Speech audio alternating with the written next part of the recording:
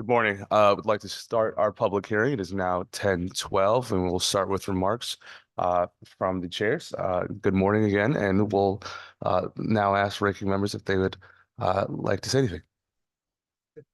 Good, good to go.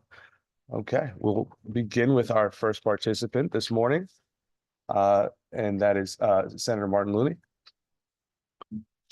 I was with him on the elevator, so he must be coming in a second. Next, we have Senator Austin.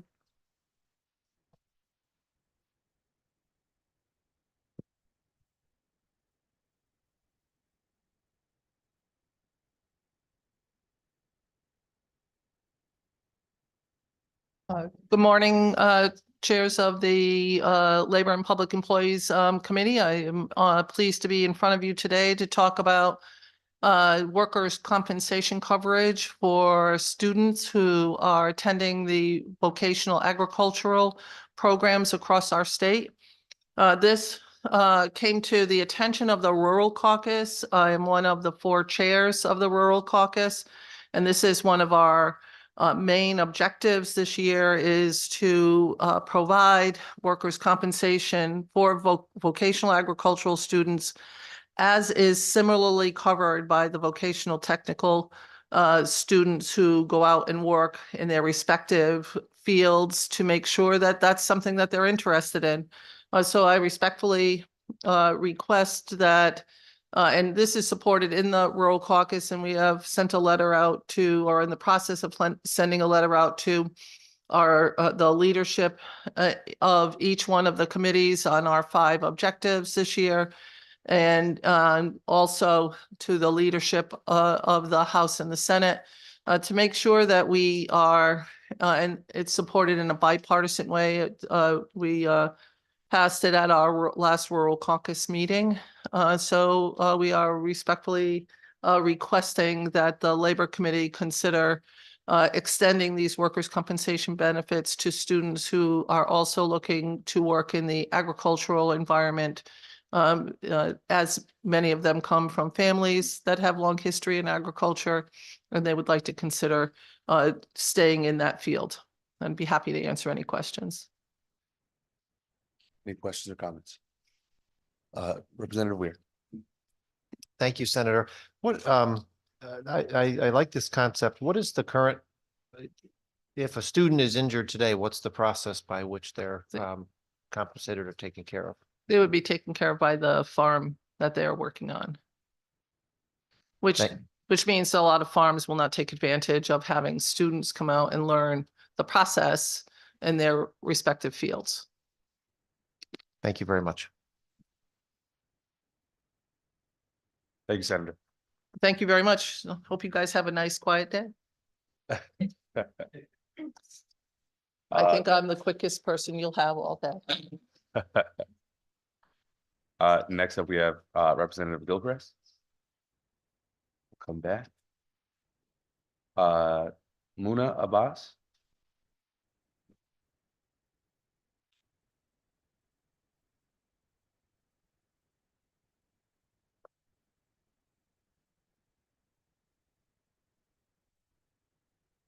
Good morning, chairs, ranking members, and all esteemed members of the Labour and Public Employees Committee. My name is Muna Abbas, and I am here in support of SB 414, an act concerning equity in state employment. I'm an Associate Commission Analyst at the Commission on Racial Equity in Public Health, a non-partisan legislative branch agency tasked with making policy recommendations to reduce disparities on matters affecting public health. In 2021, the legislature gave us a specific charge to draft a report on best practices to reduce racial inequities within Connecticut state government. This bill contains the employment-related recommendations from our report, which was released in December 2023, where we analysed national and local strategies currently in place. The bill creates diversity, equity, and inclusion divisions to support state agencies as they operationalise equity work, an approach which is already in place in many agencies around the state, such as the Department of Transportation and DDS. The bill tasks these DEI divisions with producing equity plans.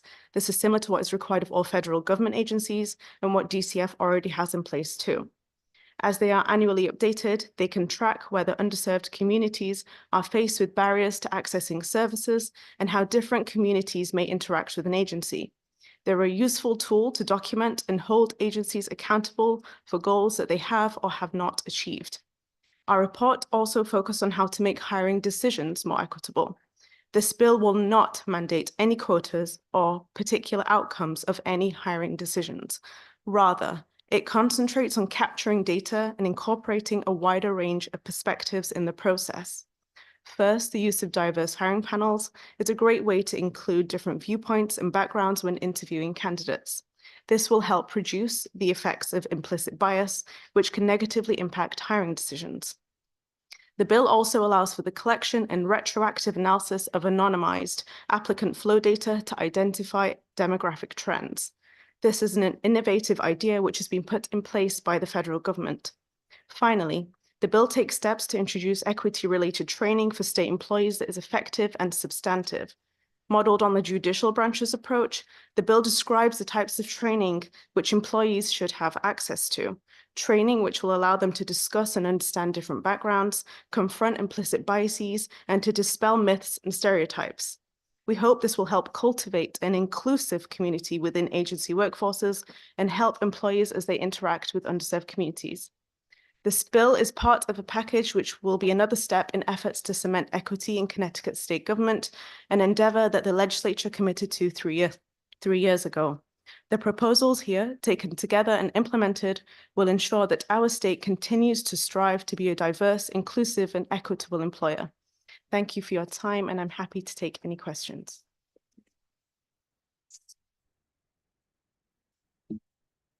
Any questions from the committee? Seeing none, thank you for your testimony.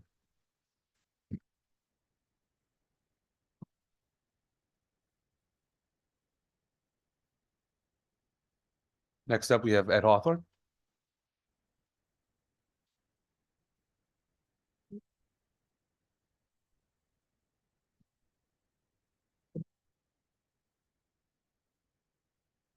Good morning, Representative Sanchez, Representative Weir, and of course, my state senator, Senator Rob Sampson. My name is Ed Hawthorne. I'm proud to represent approximately 250,000 workers here in the state of Connecticut as the president of the Connecticut AFL-CIO.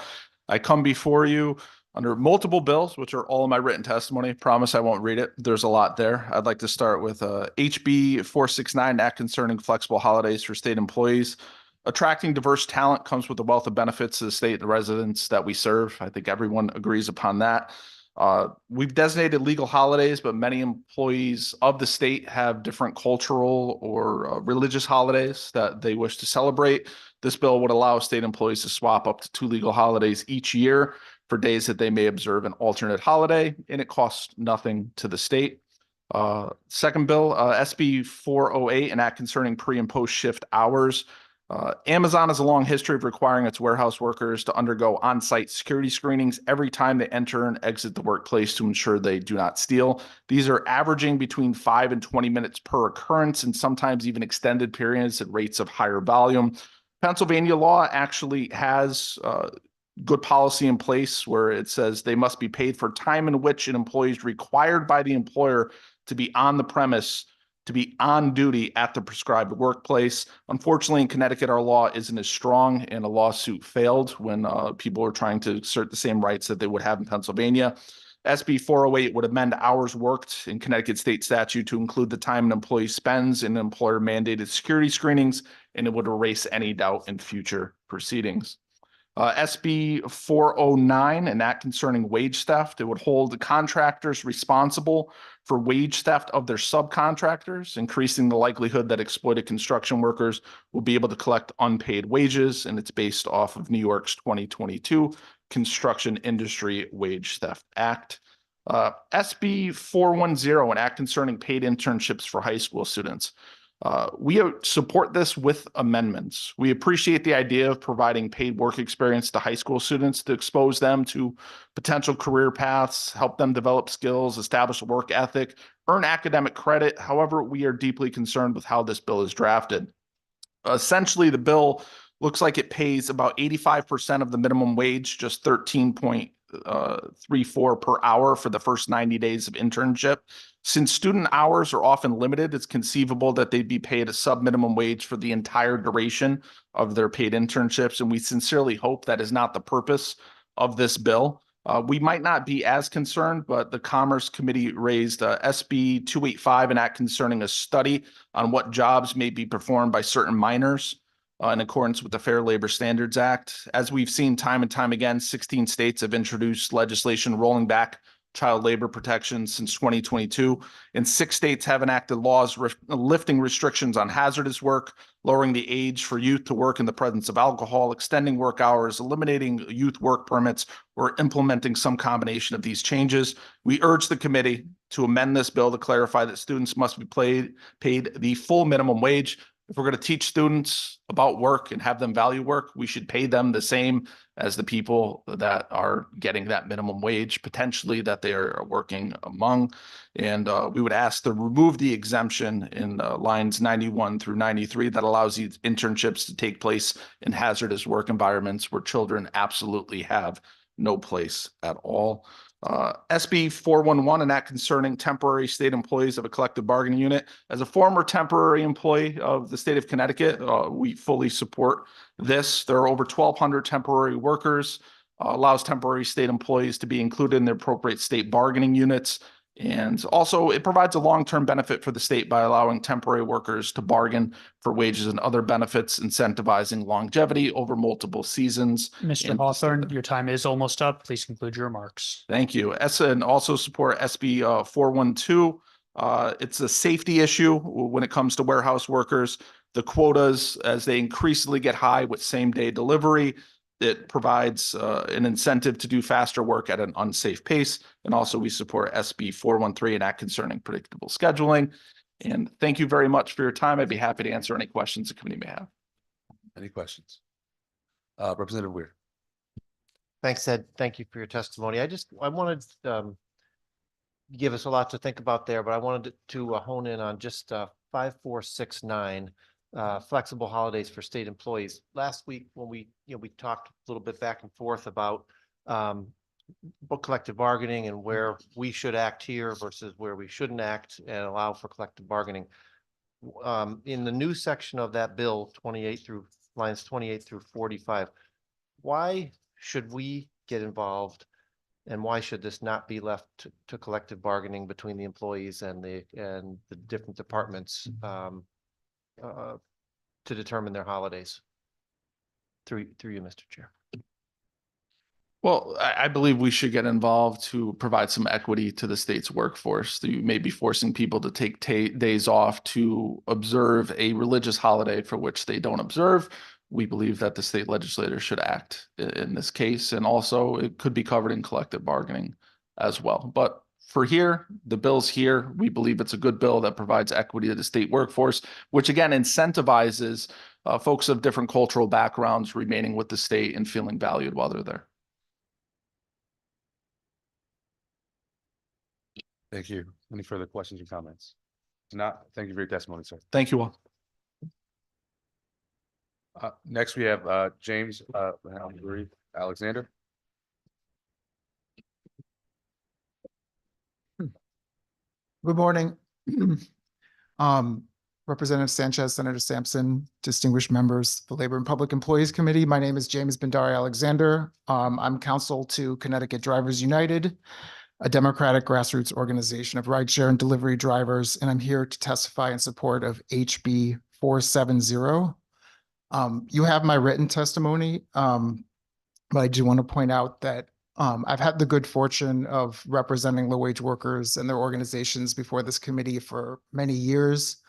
I was co-chair of the Low-Wage Employer Advisory Board, which worked with members of this committee on the minimum wage. I was a member of the Task Force on Domestic Workers, which successfully worked with committee members to plug gaps in our law that excluded domestic workers from basic labor and employment protections. I've worked with this committee on wage theft and increasing punishment and sanctions for unscrupulous employees. So I recognize that this committee has a really great tradition of looking for equity and fairness in our labor and employment laws in the state. And the situation of rideshare and delivery drivers is just the latest iteration of where this committee can step up and provide some equity into a very inequitable space. As you all know, rideshare and delivery drivers are currently excluded from all employment law protections, which is why you're going to hear today from many rideshare and delivery drivers about the problems that presents for them at work and in their lives.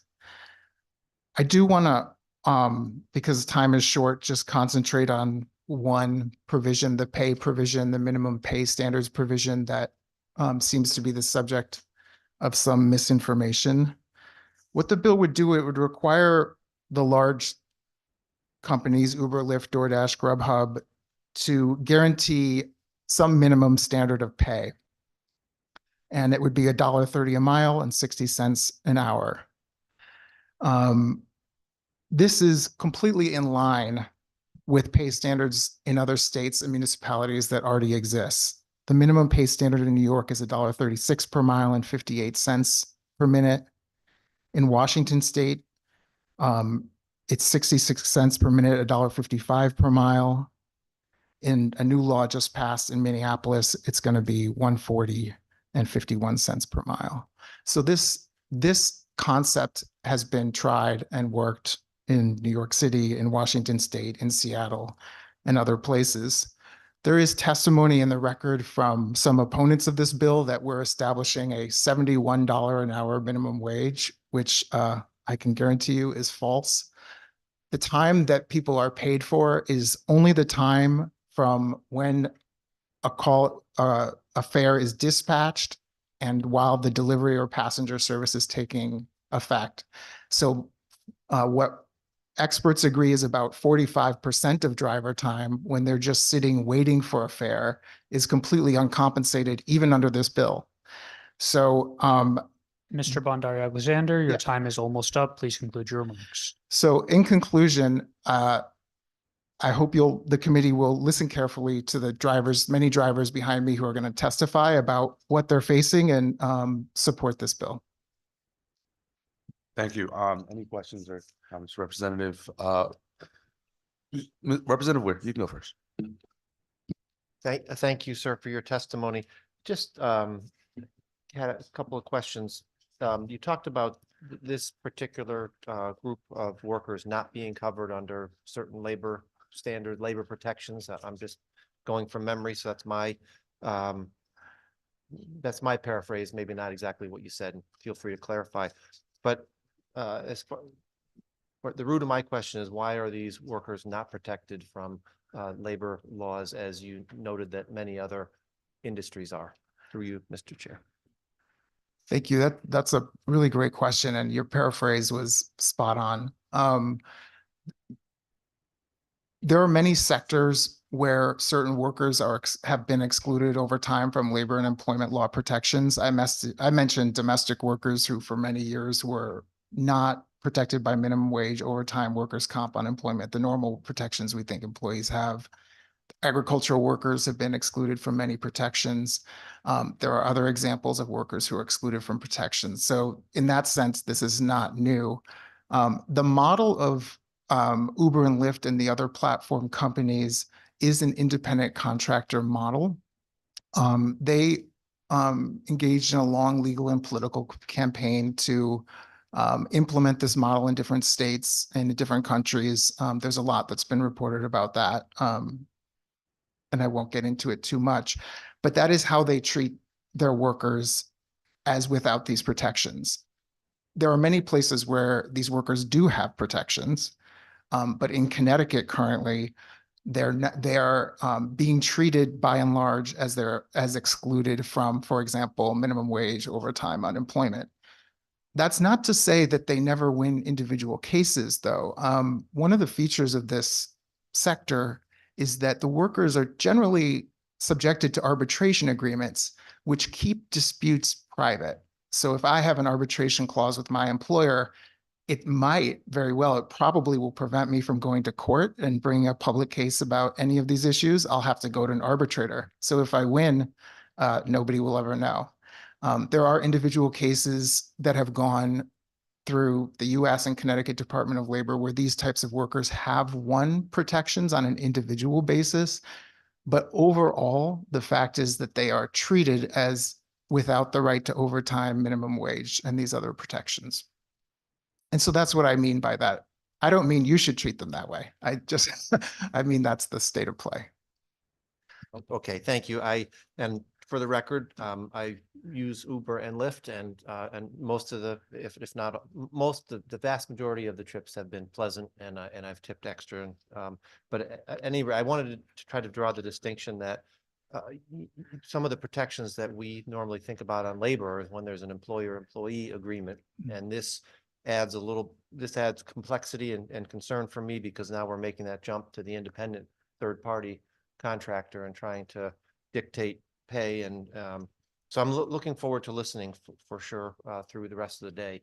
But that, it draws concern, and I want to learn more as how we're going to make that jump from to offer protections that are normally an employee arrangement for which there are lots of laws to a third party, independent contractor arrangement.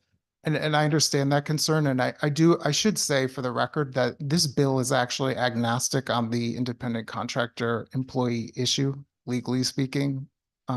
It does not change the state of play. That could be seen as a strength or a weakness, depending on your point of view. But it does establish those minimum standards. You're right, the pay standards for being the principal one. Those have been established in other states. And actually in other states, Uber and Lyft have come out in support of them in different contexts, where the argument has really been about the rates, not about whether minimum pay standards are appropriate. For example, in Minnesota right now, the Minneapolis City Council passed an ordinance with rates that I quoted in my testimony, my written testimony. Uber and Lyft object to the level of the rates. They claim not to object to the minimum rates themselves. It's just the level at which they're being set.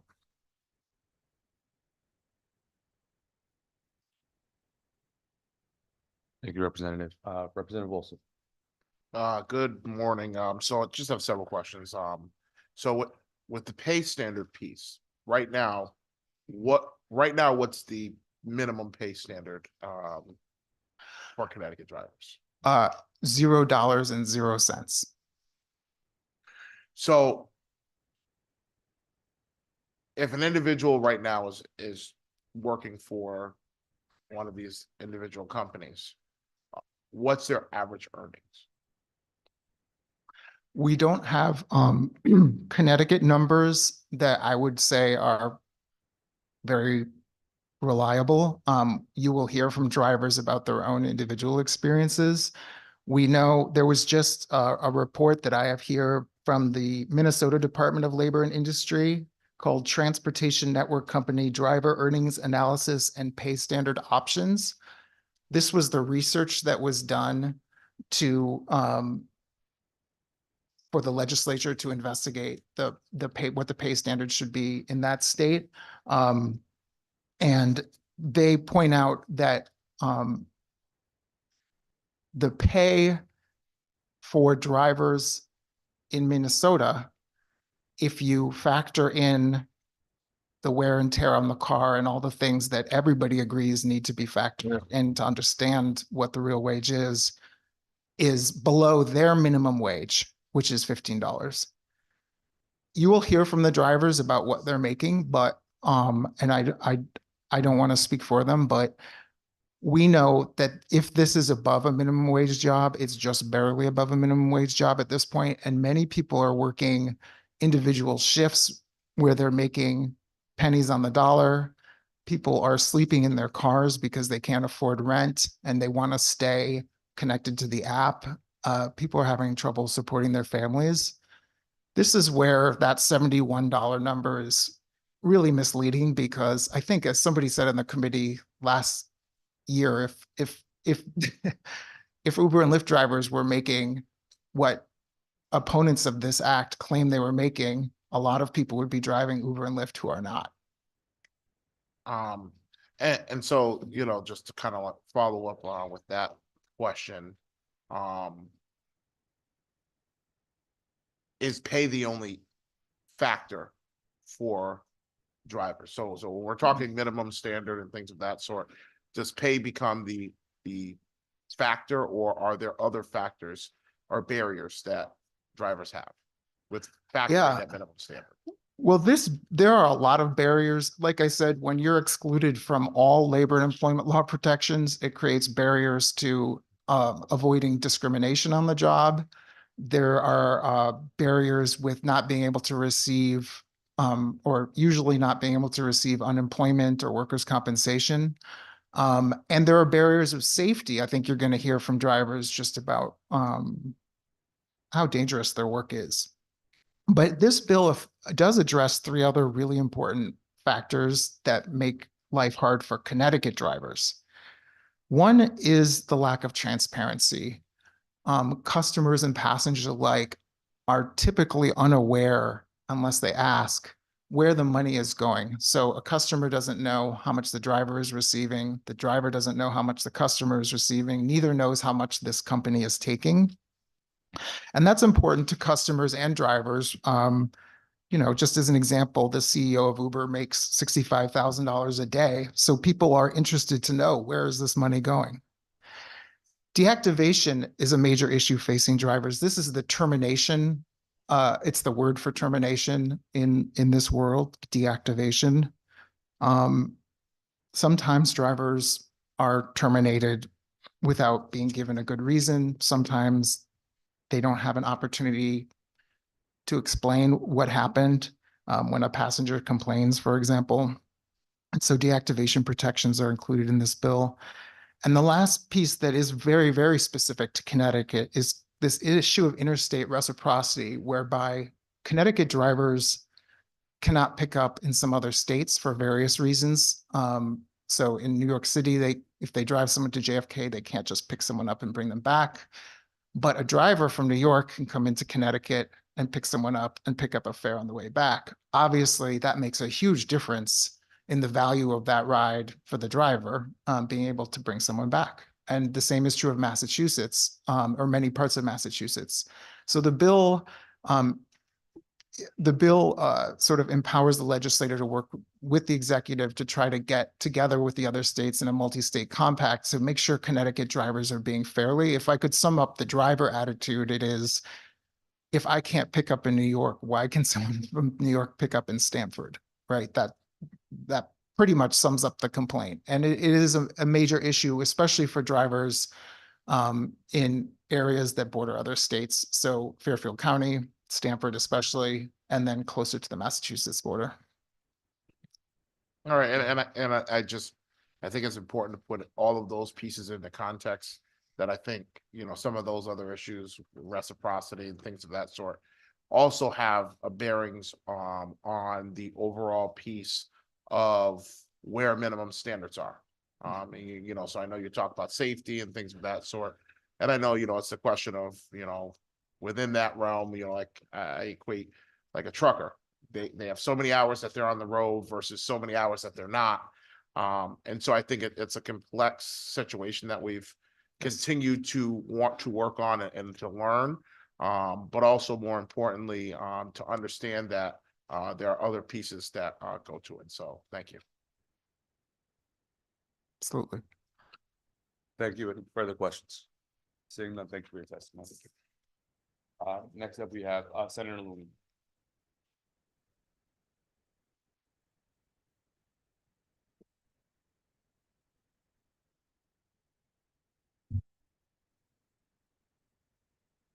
Thank you. Good morning, Mr. Chairman. Representative Sanchez, Ranking Member Senator Sampson, and members of the Labor and Public Employees Committee.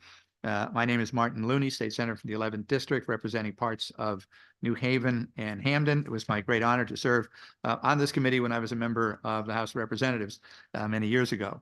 I'd like to express my support for three bills on the agenda today. Senate Bill 408, an act concerning pre and post shift hours, 412, an act concerning the protection of warehouse workers in the state, and Senate Bill 413, an act concerning predictable scheduling. Senate Bill 408 would ensure that employees are paid for the time they spend undergoing security screenings before and after work hours. While our current statute, section 31-76B, would seem to be clear on this fact by stating that work includes all time during which an employee is required by the employer to be on the employer's premises or be on duty or be in the prescribed workplace. We're receiving increasing supports that some employers in our state are requiring sometimes lengthy security screenings and don't credit this time spent in these screenings as work time. There's been apparently some reports of concern about employee theft or suspected employee theft, and these security screenings are being added without compensation. The bill would clarify the statutory intent. Senate Bill 412 would provide much needed protection for warehouse workers from quotas that violate their rights and occupational safety and health standards, certain kinds of speed ups that make the job stressful and dangerous. Many times, large corporations have warehouses in our state that routinely put workers' safety at risk by requiring them to work at unrealistic speeds. And this bill would also protect workers who raise these issues regarding these quotas. Senate Bill 413 would require employers to provide employees greater scheduling stability. The committee has dealt with this issue before by requiring that employees be given at least 24 hours notice of their shifts, greatly improve the quality of life for shift workers who currently have little control over their schedules, may be left with a real challenge if there's childcare, elder care involved, scrambling to make arrangements to clear the time that they can meet their other responsibilities while reporting for work. And this bill would not prohibit employees from working if they receive less than 24 hours notice of their shift, as long as they mutually agree to do so with their employer. So would urge the committee's consideration of these three important bills. Thank you, Mr. Chairman. Thank you, Senator. Any questions from the committee? Seeing none, thank you for your testimony. Thank you so much, and congratulations to this committee and all of the significant work that it does year after year. Thanks. Thank you so much. Next up, we have Ray Phillips.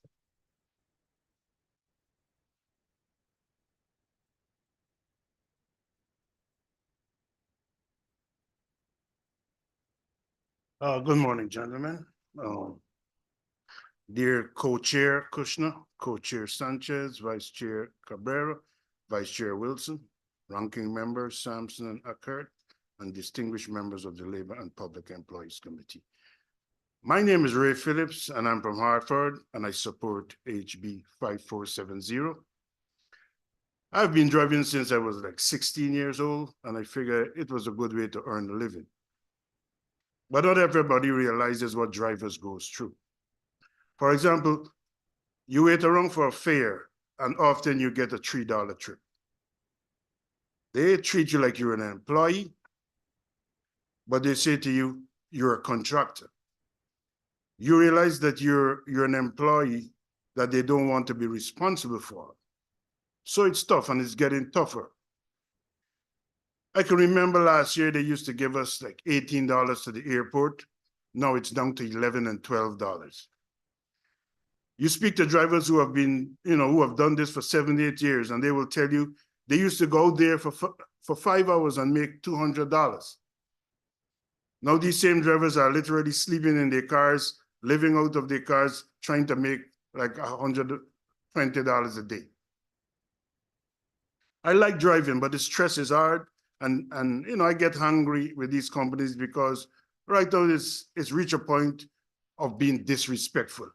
You're up 1, 2, 3 in the morning and you're getting $3 rides at 1, 2, 3 in the morning to do 4 or 5 miles. We are asking that you do what you already know is the right thing. Please vote for the bill 5470. My name is Ray Phillips. Thanks again. Thank you. Any questions from the committee? Seeing none, thank you for your testimony. Thank you. Next up, we have Senator Rodriguez.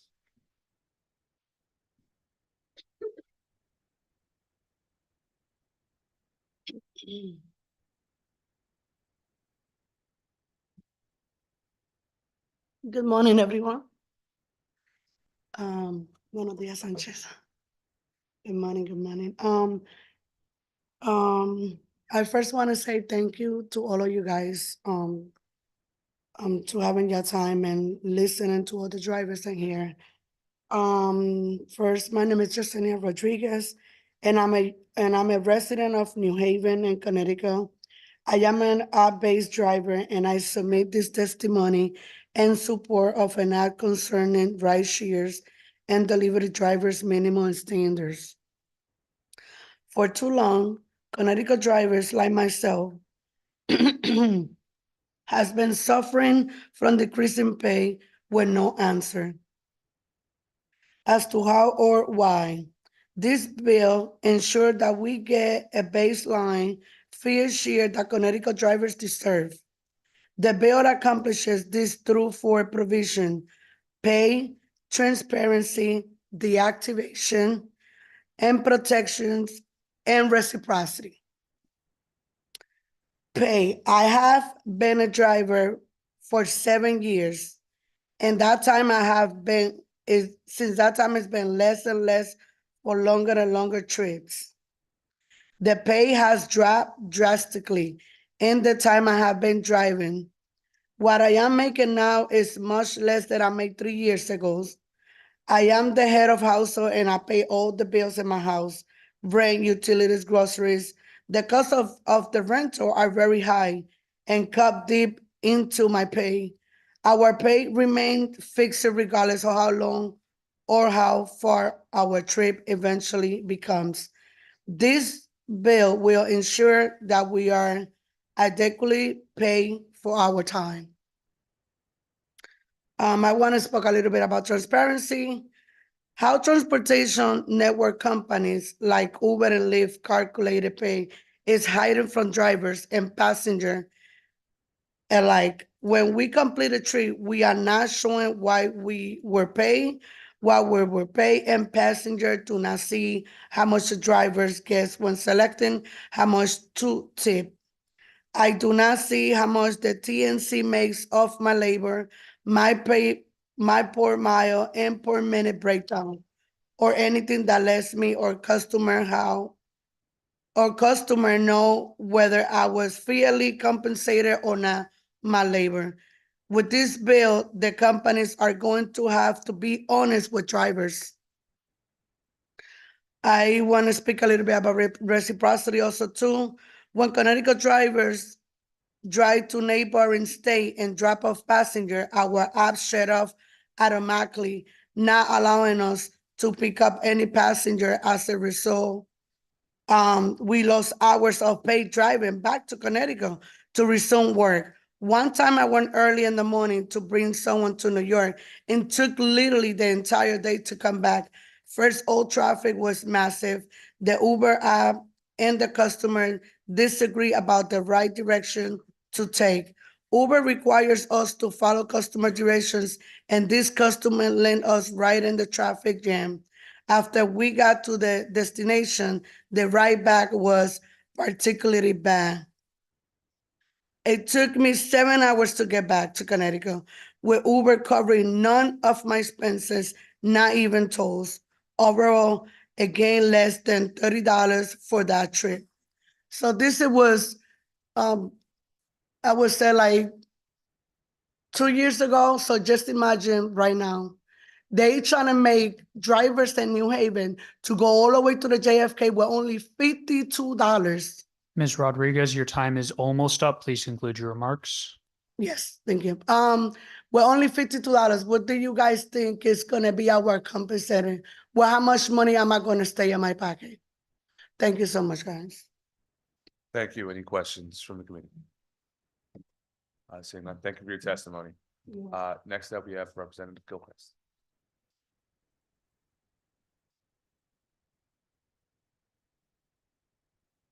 Good morning. Thank you, Representative Sanchez, Representative Wilson, Senator Sampson, and Representative Weir for giving me the opportunity to be here today.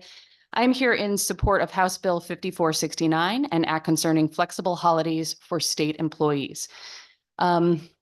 Back in 2019, when I first served, I met with a constituent who has worked for the Department of Children and Families for more than 14 years. And in the course of her time working with the department, she has used more than 65 personal days to observe her religious holidays. And so the point of this proposal, which thank you for raising this bill, is to make holidays more equitable here in the state of Connecticut, vacation time. So currently there are 13 state vacation days, 2 of which are blatantly Christian holidays, which is fine. But those individuals who celebrate those Christian holidays don't have to use their personal time to take off for those 2 holidays, whereas those with other faiths in the state do. And so the goal of this proposal is not to create any additional time off. It's just to allow state employees who are full-time to be able to float 2 holidays for the holidays of their choosing. And so those of us who are proposing and working on this policy are happy to continue to have conversations with the Department of Administrative Services, with your committee, because we really want this policy to not be a burden, but to be able to recognize that we have a lot of different faiths working in state government, in state jobs here in Connecticut. And so we want to reflect that in our state policies. I think I'll stop there and happy to answer any questions. Any questions from the committee? Seeing none, thank you, Representative. Thank you for the opportunity.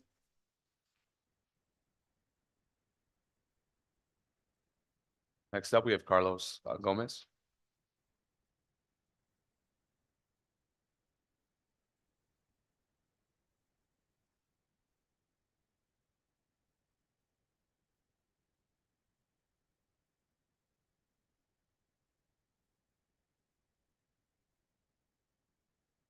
We'll have members going in and out to other committee assignments, so you'll notice some of us leaving sporadically. So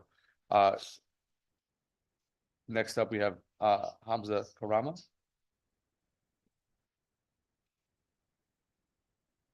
Good morning, senators and representative of the Labor Committee. My name is Hamza Karama, and I'm here as a full-time Uber and Lyft driver and a proud member of Connecticut Drivers United. I'm here to share my story in support of the bill HB 5470 and why it's crucial for the well-being of drivers like myself and our families. Every day, I hit the roads of Connecticut, working tirelessly to support not only myself, but also my family, which include my wife, who is currently awaiting for her immigration process to join me here in United States. It's responsibility I take seriously, but it's becoming increasingly challenging with the rising inflation and skyrocketing gas prices. The reality is every cent counts for me and my family. I'm not just driving for myself. I'm driving for our future together, but with the ever-increasing cost of living, it's becoming harder to make ends meet. I worry about whether I'll be able to provide for my loved ones, whether I'll be able to support my wife, and whether I have enough to cover basic necessities. This is why Bill HB 5470 is so important to drivers like myself. To provision for better pay is not just about fair compensation for our hard work. It's about ensuring that we can continue to support our families without constantly worrying about financial instability. By passing this bill, we're not just talking about numbers on a paycheck. We are talking about the ability to put food on the table, pay bills, and build better future. Moreover, this bill also includes the activation protection, which is crucial for drivers like myself who rely solely on those platforms for income. It's about ensuring that we are not left stranded without any means to support ourselves and our families. Passing this bill will provide me with the sense of security and the reassurance that I will not lose my only means of livelihood. It will allow me to sleep at night knowing that I can continue to provide for my family without the constant fear of deactivation or financial uncertainty. In conclusion, I urge you to support Bill HB 5470. By doing so, you're not just supporting drivers, you're supporting families' livelihoods and the well-being of our communities. Thank you for your time and consideration. Thank you for your testimony. Next up, we have Elvis Carranza.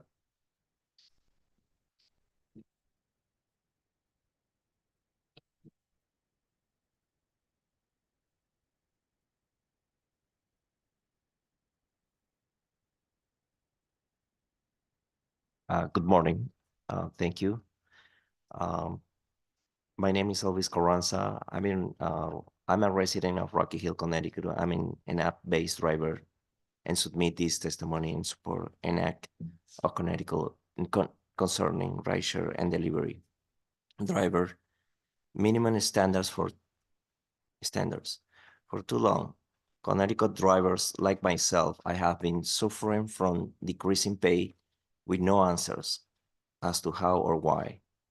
This bill will ensure that we get the baseline fair share that Connecticut drivers deserve. I have been driving for 9 years. During this time, I have been paid less and less for short and longer rides trips. When I first started years ago, the money was great. I was able to work part-time and support my family while leasing my car. However, over the years, the prices started to go down and I had to start driving full-time just to make the same that I was making before. I brought my lease back for my car after 5 years. However, I have put so many miles and depreciation to the car that I could not return my lease, which severely affected me financially. It got even worse 5 years ago in 2018 when the price severely dropped. However, that is nothing compared to now when a trip from downtown to New Haven to Bradley in 2018 was $120, but now the price is $30. This quarter of what I used to make for that trip, I have a family to care for, but I have to almost kill myself, even to the point of falling asleep in the road just to provide for them. With how low our pay has dropped, we must fight not only for myself, but for all drivers. We stand in solidarity and each other against this abusive low pay.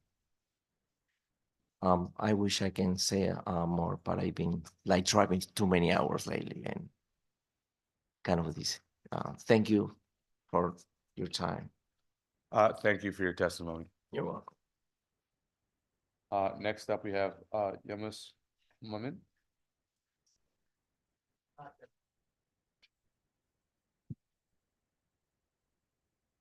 Next up, we have Joseph Ajay.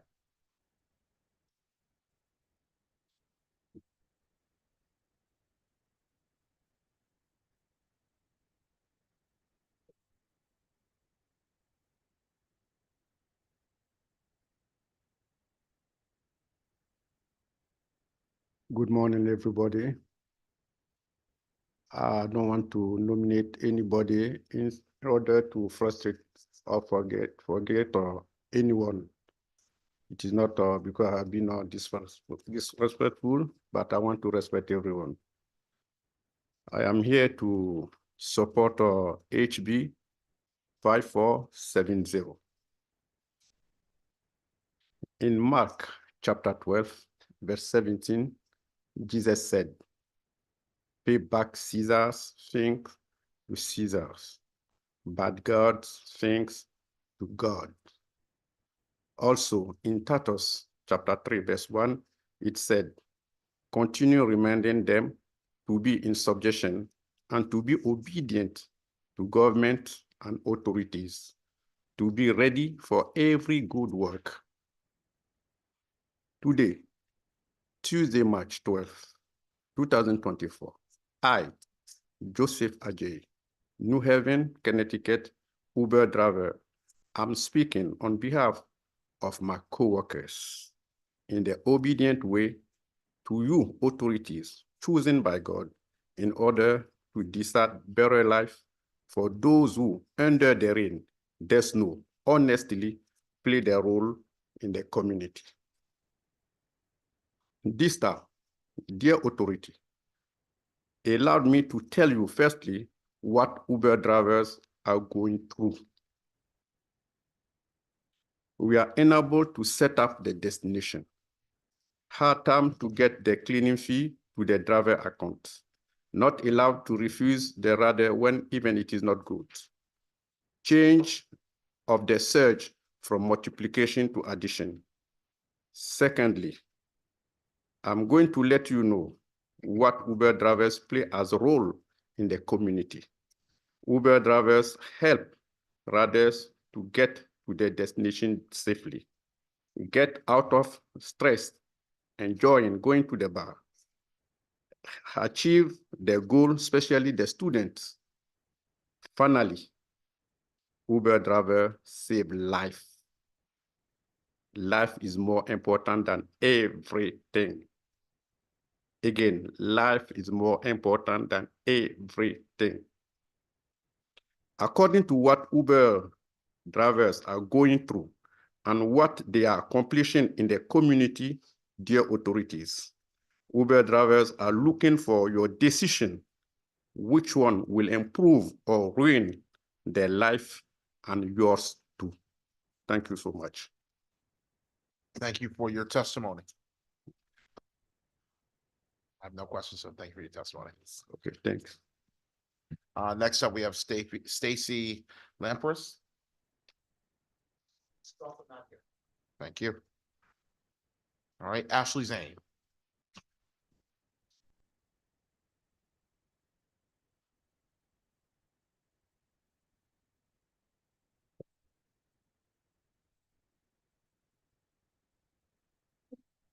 Good morning, distinguished members of the Labor Committee and Representative Wilson. My name is Ashley Zane. I'm a Senior Public Policy Associate with the Connecticut Business and Industry Association. We represent thousands of companies, both large and small, and in every sector of the economy. I'm here today in support of SB 410, an act concerning paid internships for high school students. I've also submitted on a few other bills, but I'm going to focus on this one for today. I first want to thank our affiliate organization, Ready CT, for bringing this issue and this policy solution to our attention. Ready CT is a nonprofit organization that provides career pathway work-based learning programs to Alliance districts in our state. The Alliance districts are the 14 lowest performing schools. So they really do provide a lot of opportunity. SB 410 allows students who will be turning 15 by the end of the school year to participate in paid internships that are in line with their work-based learning curriculum with guardrails, including an hour cap, approval from SDE and Department of Labor, and not interfering with their graduation requirements. These experiences are really important for building relationships that they might not otherwise have had access to, building their resume, and also increasing their future earnings potential. These work-based models are in high demand, high paying careers, including green technology, allied health, manufacturing, insurance, finance, and IT, and quite a few others. Early exposure also allows students to evaluate these pathways as their careers before attending post-secondary education, where we know that the average student debt is about 35 grand. And I think for most people, it's a lot more than that when they come out of higher education. We also support the provision that the bill requires interns to be paid. We expect participating employers to treat these individuals as young professionals and thus be compensated as well. The requirement also adds a level of equity back into the system.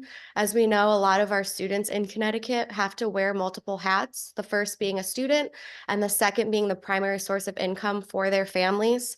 So allowing them to be paid allows them to participate even though they have other life circumstances to consider. Paid internships also are a critical component in helping to address the 119,000 disconnected youth and disengaged youth. So allowing them to start participating earlier in the process is hopefully going to re-engage them at an earlier age and also hopefully avoid adding to that number as well. Not every student excels in a traditional classroom setting. So this gives them an opportunity to be in an environment where they can excel and show their true potential. So CBIA sincerely thanks the committee for raising this bill and looks forward to increasing opportunities for all students. Thank you so much. Any questions?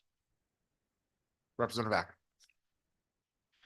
Thank you. And lived in one committee and talking the same thing about, jobs. And so I thank you for your testimony in support of this. And I think when we think about paid internships, you think about interns, there's so many opportunities for internships that, encouragement, and as you mentioned, supporting it's potentially maybe a family, right? Because then the disconnected youth component of that is important to keep in mind, is that if we can get you used to do it as a friend or a mentor doing it, but if you can encourage more through an internship program, I think that's an area that we should be focused on and supporting a little bit more. In some of these, where do you see the funding come from on this? That's a great question. So especially through Ready CT, it actually comes from the employer. So the employer pays for the individual to come in and do the internship. They also do benefit from federal grants, private philanthropy. I know the Hartford Foundation has been critical in providing additional funding for these types of programs. Also, the Dalio Foundation has been really instrumental. So it's really a public-private partnership between federal funding, state funding, employer funding, and private philanthropy. And I know the internships wouldn't be happy if I mentioned this, but this committee is working to eliminate that lower wage for internships. It's 85% of the minimum wage now, as we've escalated our minimum wage. That 85% may help some of these individuals to get, it's only for 200 hours. So do you see that, removing that may make it, some businesses be apprehensive of moving in that direction? So interestingly enough, when we've talked to the employers who do participate with Ready CT, our affiliate, they want it to be at the full minimum wage because they want these students to treat this as a job, to get those earnings, but also they want to be as competitive as Dunkin' Donuts or Starbucks. They are putting in a lot more work throughout the entire year, and it is part of their school curriculum. So a lot of them support having it at the full minimum wage. Well, thank you. I appreciate that. And I appreciate the employers making those comments. Thank you, Mr. Chairman. Thank you. Thank you for your testimony. Thank you. Next up, we have Julie Voigtman. You have the floor. Good morning. Thank you so much. My name is Julie Voigtman, and I am Director of Job Quality at the National Women's Law Center in Washington, D.C. And I want to thank the members of this committee for the opportunity to testify in support of SB 413, an act concerning predictable scheduling. This bill would help workers and their families by improving both job quality and quality of life. Today, as I'm sure you'll be hearing more this afternoon, tens of thousands of people across Connecticut, disproportionately women and people of color, who work in essential but low-paying jobs, often receive little notice of their work schedules and experience last-minute shift cancellations that deprive them of the vital income that they need to support their families. These unstable and unpredictable work hours impose high costs on working people, their families, and the broader economy. And I particularly want to speak today about the impact on women. I'm sorry, just one second.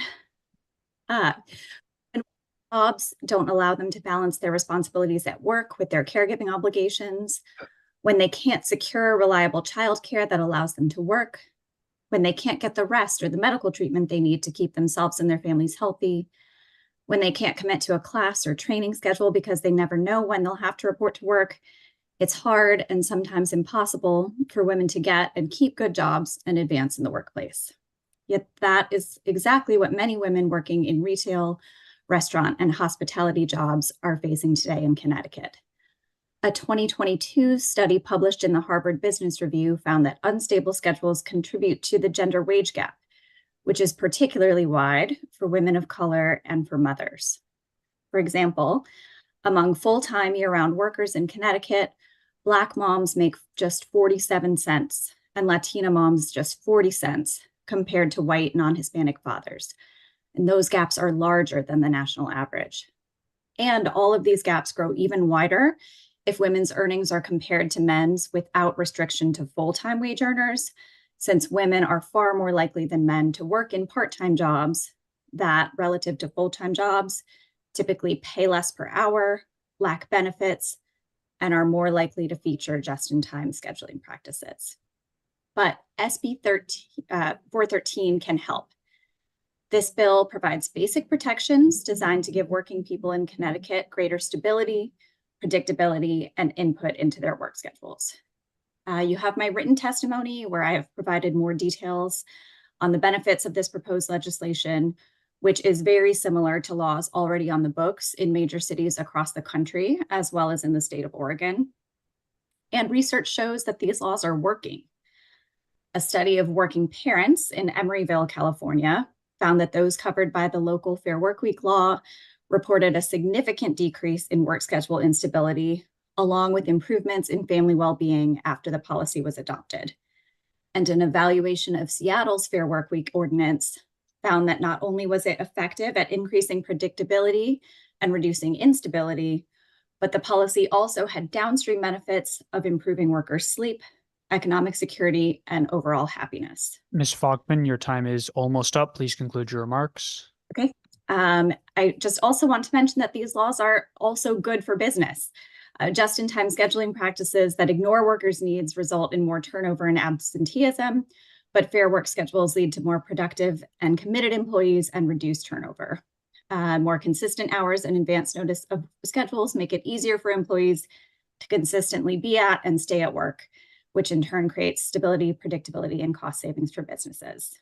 So this bill presents an opportunity for Connecticut to build an economy that works for everyone, and I respectfully request a favorable report. Thank you so much. Thank you. Are there any questions? Seeing none, thank you for your testimony. Next up, we'll have Brooke Foley.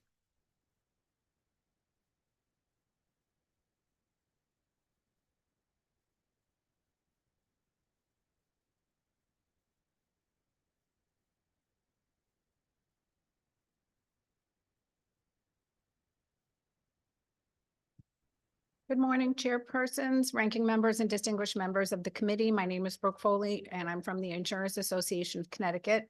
The IAC is a state-based trade association representing Connecticut's property and casualty insurance industry and Connecticut's life insurance and financial securities industries. The IAC opposes Senate Bill 407. This is another attempt to expand workers' compensation benefits that would increase workers' compensation insurance rates and burden employers. Under the Workers' Compensation Act, a worker who suffers a work-related injury or illness arising out of the course of the employment is eligible to receive workers' compensation benefits, including wage replacement benefits and medical coverage, if the injury is in the course of the employment. These benefits are paid for by the insurance that is paid for by the employer. This bill would expand the definition of employee to include a very specific group of people, students at, quote, a regional agricultural science and technology education center who participate in work study or an internship program. The IAC opposes efforts to expand the workers' comp program beyond its intent and scope because such expansion increases workers' compensation insurance rates and increases costs for employers.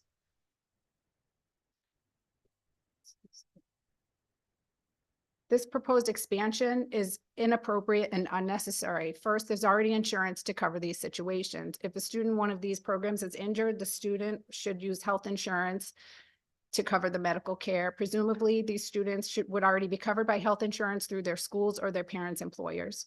Furthermore, there's no need for wage replacement benefits because these students are likely unpaid. If they are paid, they are already eligible for workers' compensation.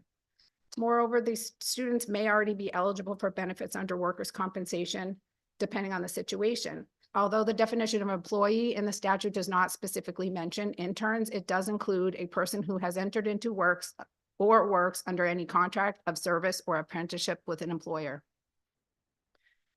Under the workers' comp case law, the test for whether a worker is considered an employee for purposes of worker compensation benefits is the employer's quote, right to control the worker in the performance of his or her job. The judges consider scheduling, supervision, instruction, use of tools, et cetera, to make that determination. So interns and workers, these students might already fall under that definition. Also, injured employees are precluded by the exclusivity provision of the Workers' Comp Act from bringing suit against their employer. So classifying these students under the Workers' Comp statute would deny them potential rights that they may have to sue companies where they're participating in a work study.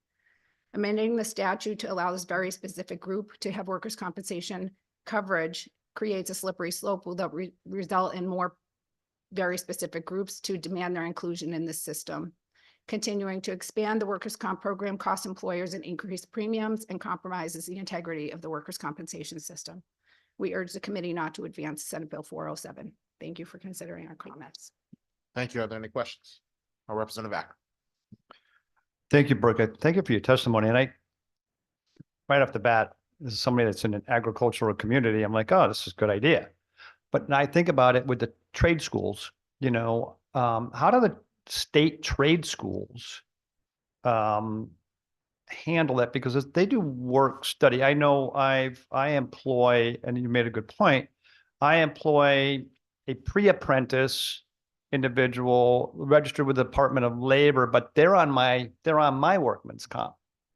And they're, 17 years old or something. So I can see how that plays. I'm just trying to think of, I know that they have trade school people that go out and do work, but they're not paid. They go out and go do a project associated with the school. So it's your assumption that the school is covering them, or they're state schools, there are tech schools. Is your assumption that the state would, if something happened, a state would pay for any injury? I'm assuming that you're talking about high school students, right? Yes. I believe that health insurance is available for students either through the school or through their parents, and specifically for the trade schools to be covered under the first little I in subsection 9A. It says if employee means any person who's entered into or works under any contract of service or apprenticeship with an employer, whether that contract is contemplated the performance of duties within or without the state. So I believe that those students are covered under that provision, but I'm not positive about that. I think that they may be covered, and that would be a determination that would be made by the administrative law judge if they do file a claim under workers' comp. Thank you. Yeah, it's a fuzzy area, because if it's, imagine if the parents, because some parents don't have insurance, by the way, and so their children don't have insurance. Maybe they're through Husky or something, another plan. Yeah, it's an interesting. I might have to dig into this a little bit more. I'm just thinking if we had individuals that wanted to get out there and participate in a in-school program with agriculture, what is their protection? That's my only thought on this. But I appreciate your testimony. Thank you for being here. Maybe I'll circle back with you. Great. Thank you. Thank you, so Mr. Chair. much. So I have a question.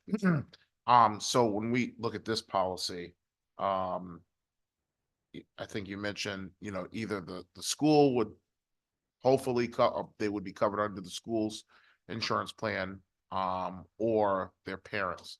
My question is, if a student decides to go to vocational technical high school, and they get injured doing the work as they're getting into their trade, why should the burden lie on the parents' insurance, possibly for coverage? For an injury? Yes. So if it's for an injury and they're already covered by health insurance, that is the most appropriate insurance to use, because the purpose and scope of the workers' comp system is to cover workers employed in the course of their injury who are paid.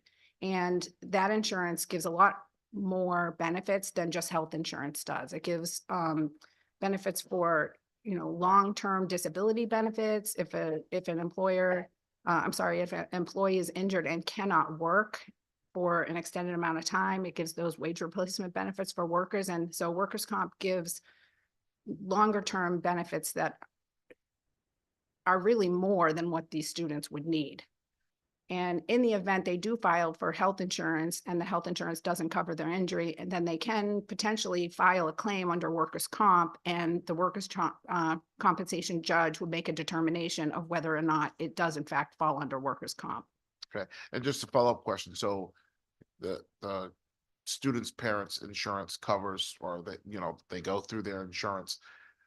Would this later on have an effect on the rate that that parent or family might have for their insurance? I wouldn't think so. I mean, I think the rates for health insurance, a lot of different things are taken into consideration, but just because you happen to file a claim for an injury, I mean, that's the purpose of the insurance. I don't know, you know, if one claim is going to make their rates necessarily go up. It would depend on what kind of insurance policy we have, you know, the person has through their employer. Like the representative said, like if it's through Husky, like I'm not exactly sure if one claim could make the rates go up. It would depend on what kind of injury it is and all kinds of factors. All right, thank you. Any other questions? Representative Acker. Thank you, Brooke. I think you just brought another focus on this. As the good chairman mentioned, their health insurance wouldn't be affected. But a workman's comp claim would affect the employer if that, but it's really not an employer if it's in school. So yeah, so it brings up more questions. It gets even fuzzier. So thank you, Brooke, and thank you, Mr. Chairman. Thank you. Thank you for your testimony. Thank you. Next up, we have Francisco Diaz. Hi, thank you. Thanks for having me, members of the Labor and Public Employees Committee. On behalf of the Center for Popular Democracy, I speak in support of SB 413, an act concerning predictable scheduling to protect hourly workers in Connecticut's service sector. The Center for Popular Democracy provides technical assistance to policymakers and enforcement staff on the development and enforcement of scheduling policy, including the Fair Workweek laws and predictable scheduling laws around the country that cover millions of workers. Just-in-time scheduling is the practice of publishing work schedules just days in advance and tweaking those schedules until the last minute in an attempt to precisely calibrate staffing to match expected demand. For over 300,000 Connecticut residents who work in the retail, food service, hospitality, and nursing home care industries, where just-in-time scheduling is pervasive, this practice means unstable hours that make it impossible for workers to plan their lives and adequately take care of their children and families, leading to unnecessary suffering and harm for children. I wanted to highlight just two pieces of empirical data this morning in my verbal testimony, specifically that 74% of workers want a more predictable schedule in Connecticut, and 72% of workers report their work hours conflict with their caregiving obligations. Predictable scheduling is a common sense solution that preserves employers' flexibility and management discretion while establishing basic incentives that allow working families to thrive. And we know predictable scheduling works for employees and employers.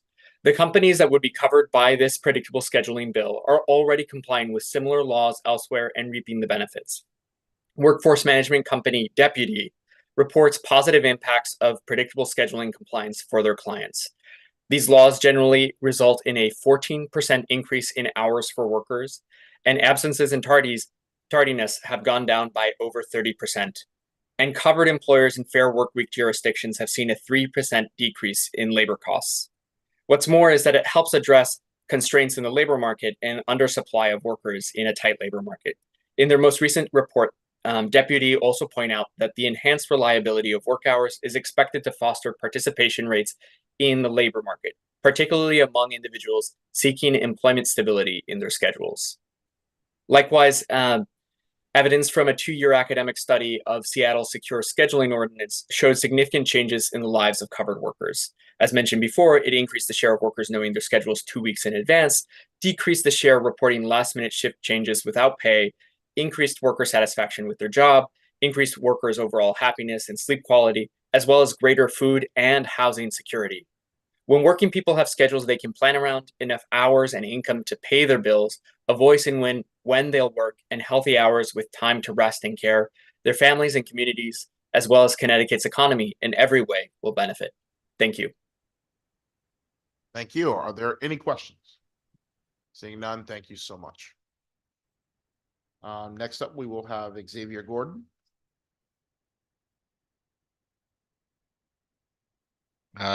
Good morning, Representative Sanchez, ranking members and members of the Labor Committee. My name is Xavier Gordon, and I am president of AFSCME Local 269, which represents the dedicated workers in the Department of Labor. I have worked in the Department of Labor for more than 30 years and currently work as a program and services coordinator. In 2015, I became president of Local 269, and during my tenure, I have seen the Department of Labor short-sightedly lay off employees due to budgetary concerns. This has placed increased stress on DOL employees as the department didn't reduce the amount of work when employees were laid off, and we've been asked to do more with less, causing further delays in the delivery of services. Instead of replacing permanent employees, the department has often hired temporary employees and even third-party vendors. We believe that temporary workers doing equal or similar work to permanent employees should have collective bargaining rights and be able to join the bargaining unit. Temporary workers are still providing crucial services to the public and should be treated with the respect they deserve by having protections under a collective bargaining agreement. I also urge the committee in the future to look at legislation that could address minimum standards for temporary workers so that they can be better supported. Thank you, and I urge the committee to support SB 411. Thank you, Representative Ackert. Thank you for your testimony. You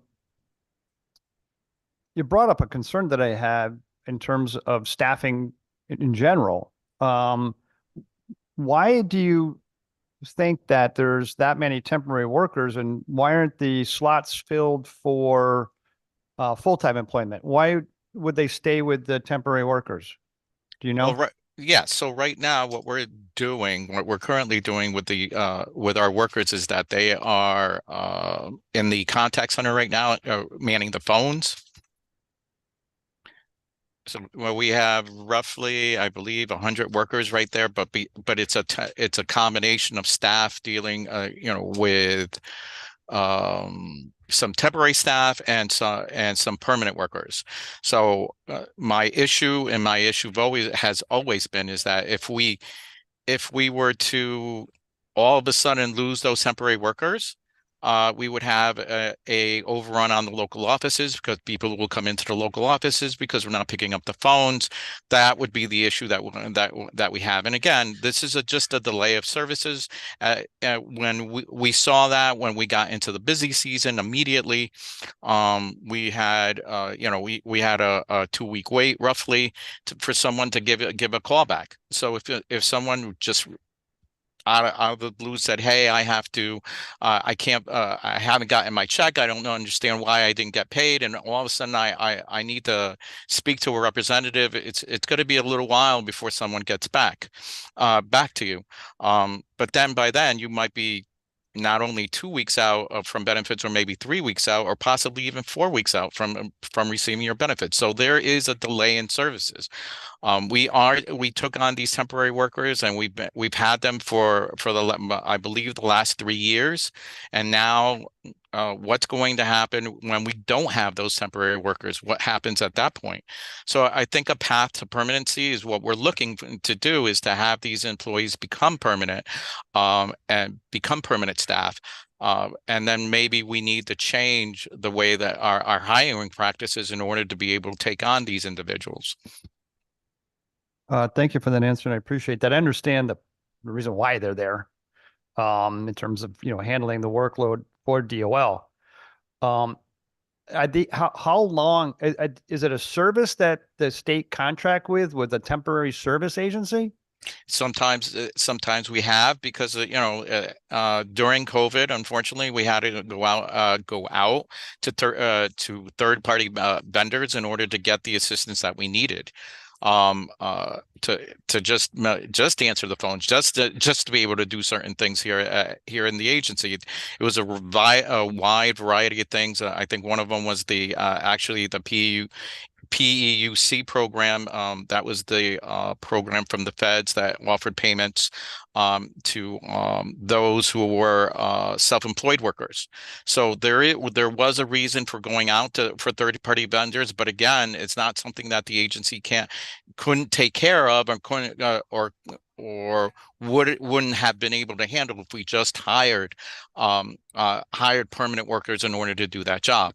Right now, we were initially supposed to be doing the Connecticut paid leave situation, and that was given out to AFLAC. But again, that should have fell under the Department of Labor. It's something that, again, permanent employees handling that particular program. Thank you, and thank you for your testimony. Appreciate that. Thank you. Thank you for your testimony. Thank you. Move down to Emmy Martinez. Good morning, Labor and Public Employees Committee. My name is Amy Martinez. I'm a resident of New Britain and a member of Connecticut Working Families Power. I'm testifying today to express my support for SB 413, an act concerning predictable scheduling. During my college years, I worked at the retail store Forever 21. Like many college students, I worked to pay my tuition and daily living expenses. Although my employer respected my school hours, my shifts before and after school changed each week. I worked different days and different shifts from 24 to 32-hour work weeks, making it impossible for me to have a steady work and life balance. Although retail stores have a steady closing time, workers do not actually leave once the doors are locked. Those scheduled with closing shifts were referred to as closers, and as a closer, we needed to ensure that the store was put back together and ready for the next day. This process alone took 2 to 3 hours after the doors were locked, and staff would leave closer to or past midnight. What made matters worse is that supervisors would schedule closers with the next day opening shift, claiming they were being nice by not giving us 2 closing shifts in a row. However, on many occasions, there were insufficient rest periods between shifts. There were multiple times when I would go to class, then work a closing shift only to return for an opening shift the next morning. This lack of rest between shifts and unsteady work schedules could have easily negatively affected my educational performance. Holding retail stores and other businesses accountable for providing steady and reliable schedules and adequate rest periods for their workers will improve the lives of many students struggling to balance their education with their work life. This bill would provide workers with their schedule 2 weeks in advance and adequate rest periods between shifts. This is why I urge the committee to support and pass Senate Bill 413. Thank you for your time. Thank you. Any questions? Thank you for your testimony. Next up, we have Smiling Australia. All right, we're gonna move down to Tanisha Signal. Got the floor.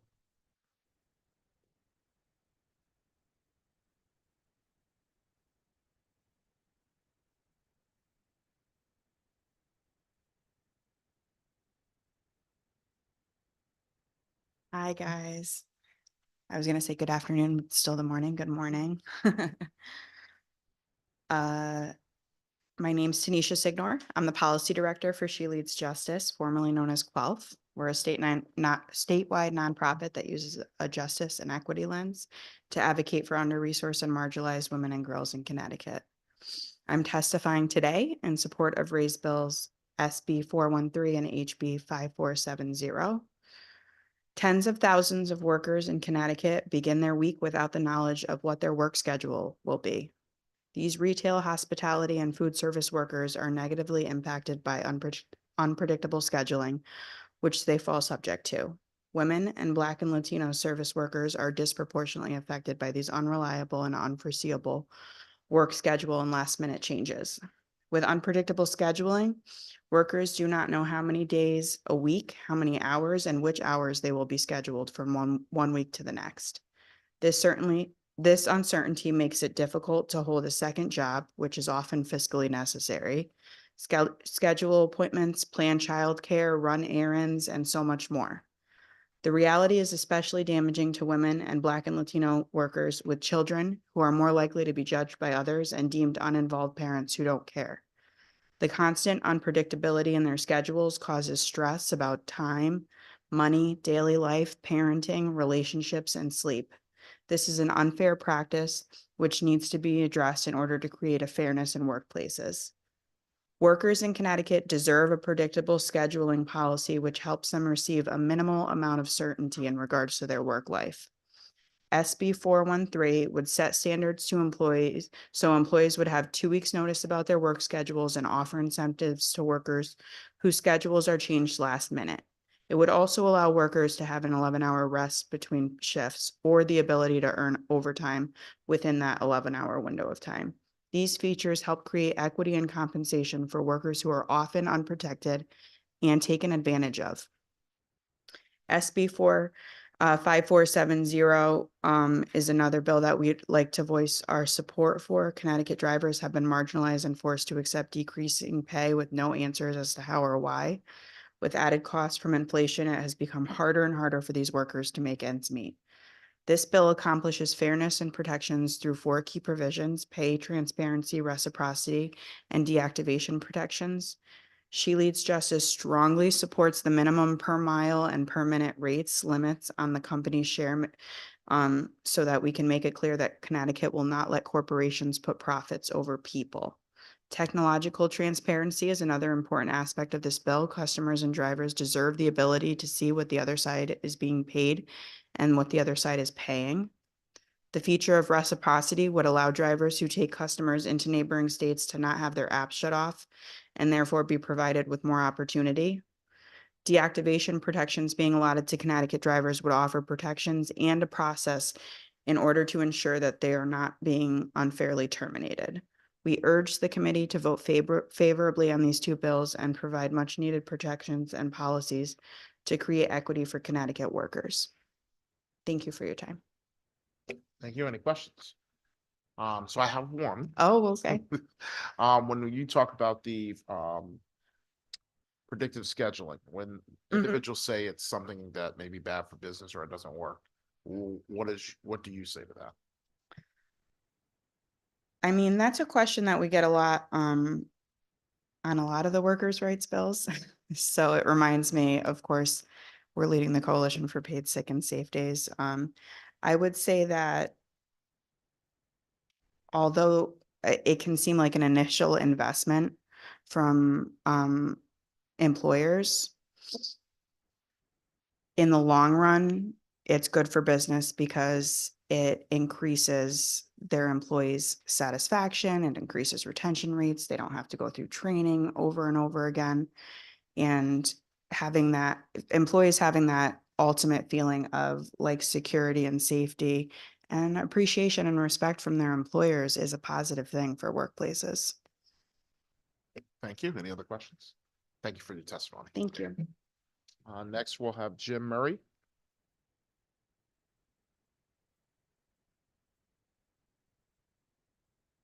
Alex Johnson.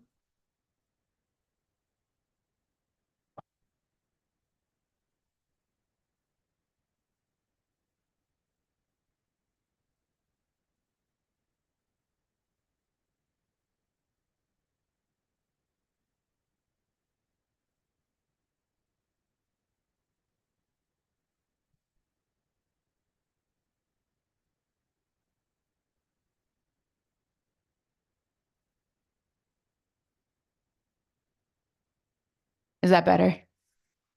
Maybe if I got paid better, I could actually afford my own computer instead of using my mom's old school one given.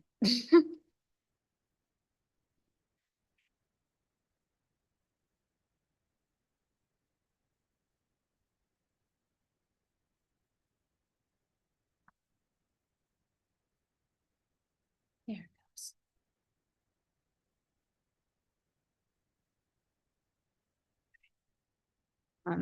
Thank you, Representative Wilson, Representative Ackert, for listening to me today. Before I start, I did want to give my condolences to Senator Kushner and her brother. I know how hard that is. I've gone through similar situation in the past 2 years with my family, so I really do feel for her, and I hope as many blessings to her family as any possibly could be given. My name is Alex Johnson, and I am a resident of North Haven, Connecticut. I have been a rideshare and delivery app driver for over 4.5 years, as well as a pet caretaker privately with the with the app WAG for over 3 years. I am a proud member and organizer for Connecticut Drivers United. as well as an elected member of the North Haven Democratic Town Council. I do this work because I believe in change, and I believe that we are born to this planet to give, not just receive. I am back here again imploring this committee, this esteemed committee, to vote yes to HB 5470 and act concerning rideshare and delivery driver minimum standards so that justice can prevail for drivers as much as consumers here in Connecticut. I and so many drivers have given everything that we can to these app jobs. In the past almost 5 years, I have spent probably close to $15,000 on my car alone, not including all the supplies like food, water, chargers, phone consoles, seat covers, detailing jobs, and more, just to do my job when I make only about $15,000 a year. That's not subtracting costs. That's not subtracting taxes. This past year alone, these apps have taken everything they could from me. Last March, I was accused of drunk driving while driving a lady home. The trip took close to 20 minutes. During this time, she didn't say a single word to me, nor ask me to pull over out of concern after being half asleep herself because I could see it in my rearview mirror at 4 a.m. This accusation was ridiculous when I hadn't had a drink in almost 3 years.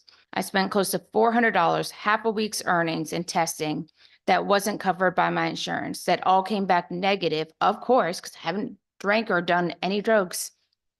I'm sober 100%. I don't do stuff like that. And Uber still wanted to deactivate my account. It wasn't until I started screaming at them and threatening to sue that a day later they reactivated my account.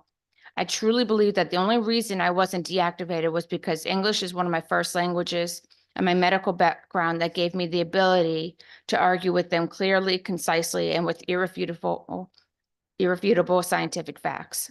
Not every driver has those skills and knowledge, nor should they just to protect their job.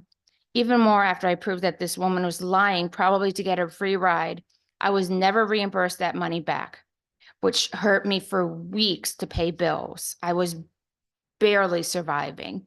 Despite all this, I went back to work the next day because I love my job and I love my fellow drivers.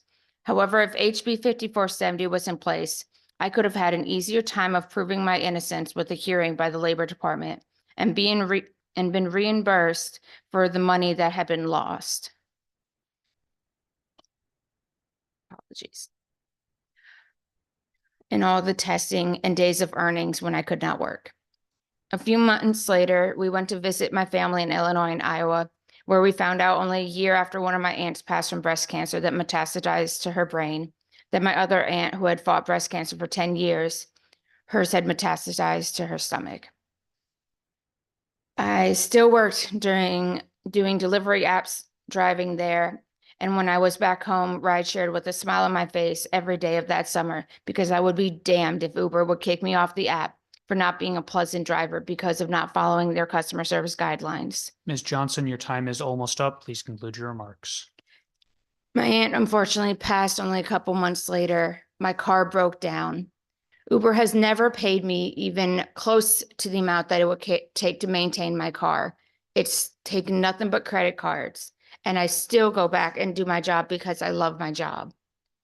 We deserve proper pay. We deserve transparency. We give everything to this community. All I am asking is this esteemed committee to drag them by their ears and demand that they give us the respect and dignity and pay that we deserve. Thank you for your time. Also, thank you, Representative Sanchez, for your thoughts in December. I did appreciate them. Thank you. Any questions? Thank you so much for your testimony. We're gonna move down to Taylor Benazar.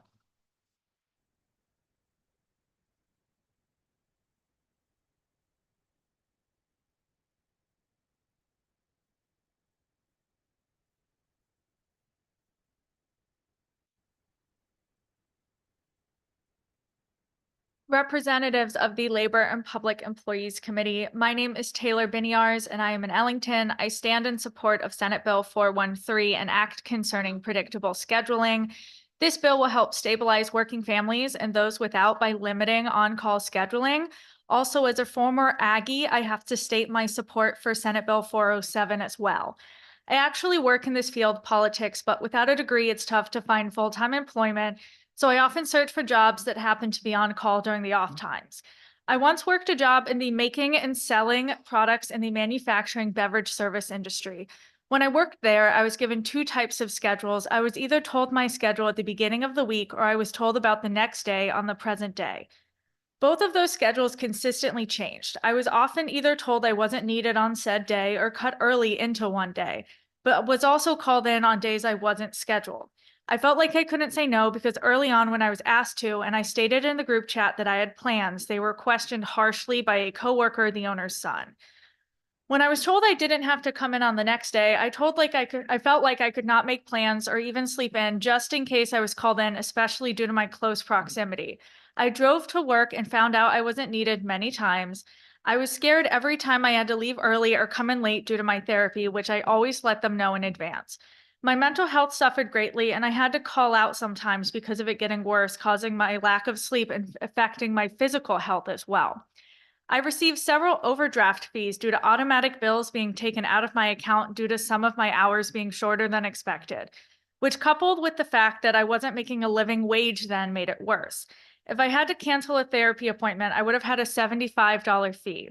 To put that in perspective, when I learned about this same hearing 5 years ago, I had a therapy appointment that day. And when I canceled it to go testify, I was within 1 hour of a cancellation fee. Honestly, I would have taken the fee 5 years ago because this bill is important enough to me and the working people across the state.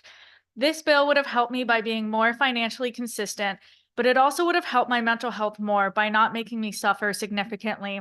I do not have, nor do I want children, but I cannot imagine working an on-call job if I did. I strongly support SB 413. I hope that this committee and Connecticut lawmakers will finally vote favorably this year to empower Connecticut's hourly workers by limiting abusive scheduling practices. For years now, I have ended my testimony with the same statement, and I want all of those in opposition to hear me state this. To say that this will hurt businesses is not a just statement, because it will not hurt good businesses, because a business that cannot treat their employees with the respect and dignity they deserve is not a good business anyways. Thank you for your time, and I'm willing to answer any questions about this bill or about the experience of being an agricultural education student. Thank you. Any questions? Thank you for your testimony. Mr. Chair? Yes, actually, we've got a question for you. Go ahead, Representative Hughes. Thank you, Mr. Chair. Thank you, Taylor, for your testimony. I heard it last year too, and it's just as compelling this year. I was just wondering if you could say something about how that sort of on-demand scheduling was normalized prior to pandemic, and if that's changed in your experience in terms of how employers treat their employees. So yes, I don't, thank you, Representative. I don't have a lot of experience with it from like during the time of the pandemic itself in those years, but I know that it was happening well before the pandemic and that it has continued happening during and after the pandemic, which I'm sure especially then was harmful to those with children. Yeah, I just wanted to give you an opportunity to say a little bit more about that, because it feels like we've normalized that exploitation and that we can't afford that anymore. So I appreciate your testimony. Thank you, Mr. Chair. Thank you. Any other questions? Thank you again for your testimony. Thank you. Next, we're gonna have Carl Chisholm. Morning, Representative Sanchez, distinguished members of the Labor and Public Employees Committee. My name is Carl Chisholm, and I'm president of the Connecticut Employees Union Independent, SEIU, Local 511. I am also the co-chair of CBAC Racial Justice Committee. And on behalf of CBAC and coalition of all employees, state employees unions representing over 45 state employees, I want to thank you for the opportunity to speak on Senate Bill 414 and offer our support. CBAC and its Racial Justice Committee believe that the state of Connecticut can and should be an agent for equity, anti-racism, and anti-discrimination, both in its delivery of public service and as an employer. That is why over the last few years, we have advocated for legislation that would, among other things, push the state to be a model employee when it comes to discrimination in the workplace, We have also worked to protect and expand public services since we know that when essential services are cut, it is underserved communities that suffer the most. Senate Bill 414 would implement some of the recommendations from the Dismantling Structural Racism in Connecticut State Government report that was published in December. This bill takes important steps towards addressing equality, equity, racism, and discrimination in both the state's delivery of public services and as an employer. As the provision of state services, Connecticut state employees provide essential service to residents of Connecticut, which are particularly important for underserved communities. We support bills requirement of equity plans to identify and remove barriers for members of underserved communities to access essential services. Connecticut should also serve as a model employer when it comes to addressing racism, discrimination in the workplace. Too often, discrimination occurs and structural racism is maintained not from intentional acts of discrimination, but the failure to recognize implicit bias.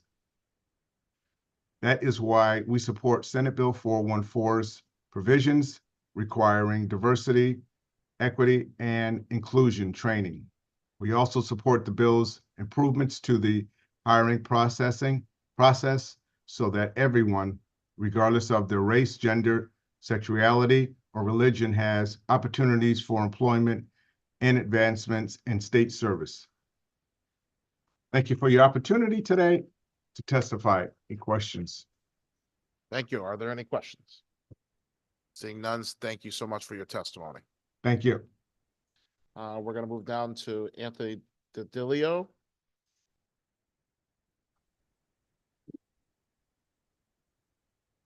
Sorry about that. Nope, go ahead. You've got the floor. Morning, members of the Labor and Public Employees Committee. My name is Anthony DiLilio. I'm a graduate student at the UConn School of Social Work, and I've been an intern intermittently for the past 3 years as I finished my education.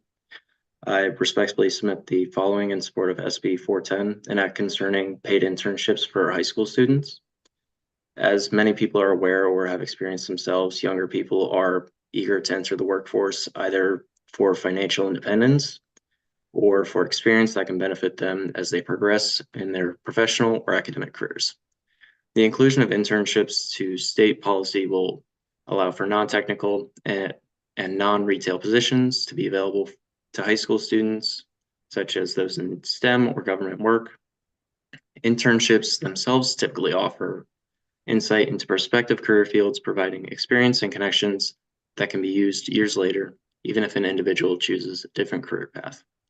However, from both personal experience and that of peers, I do not find that many internships are more often than not unpaid positions, with over 40% of all reported internships being unpaid, and sometimes do not provide the level of training that is worth the time commitment. With that being said, I feel this bill does not address many internship positions that take advantage of the short-term nature of student internships, as it only covers paid internships and does not define what an intern is entitled to for the work they put in. Though I do support the bill, it is my hope that in the future, a clear distinction is made between an intern, someone who is putting in the effort to both learn and assist at a work site, and the person who is merely an unpaid volunteer. With that being said, I would like to restate my support for SB 410 with the hope that future protections are made for the intern working group as it finds itself more prevalent in both working and academic structures. Thank you for the opportunity to speak today. Thank you. Are there any questions? Seeing none, thank you for your testimony. We're going to move down to Sarah Ganon.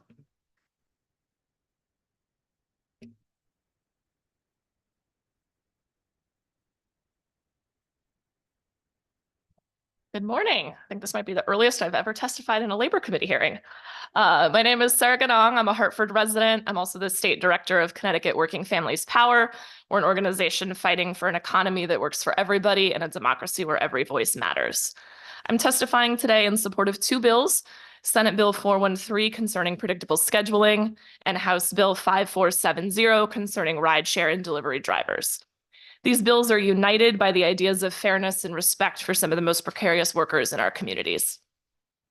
For hundreds of thousands of low-wage workers in our state, their jobs are sources of last-minute scheduling stress, inadequate wages, and canceled shifts rather than stability and adequate pay. Rather than opening up opportunities and providing the stability they and their loved ones deserve and need, these jobs offer only instability. Senate Bill 413 is aimed directly at addressing this problem through ensuring predictable scheduling for workers in hospitality, retail, food service, and long-term care. Here in Connecticut, there are several 100,000 low-wage workers in the covered sectors. Unpredictable schedules mean they can't plan ahead, they deal with uncertain income from week to week, and often can't reliably attend school, work a second job, or have medical appointments. Childcare, elder care, and more all rely on the ability to be where you're going to need to be when you say you can, and yet the unpredictable schedules many workers face make this virtually impossible. Research also indicates important and unfortunate gender and racial disparities among workers who experiences unpredictable scheduling. We know women and people of color are significantly overrepresented in the industries, and they're significantly more likely to experience on-call scheduling in the industries included in the bill. But we also know an obvious path forward to begin addressing these challenges. Legislation like Senate Bill 413.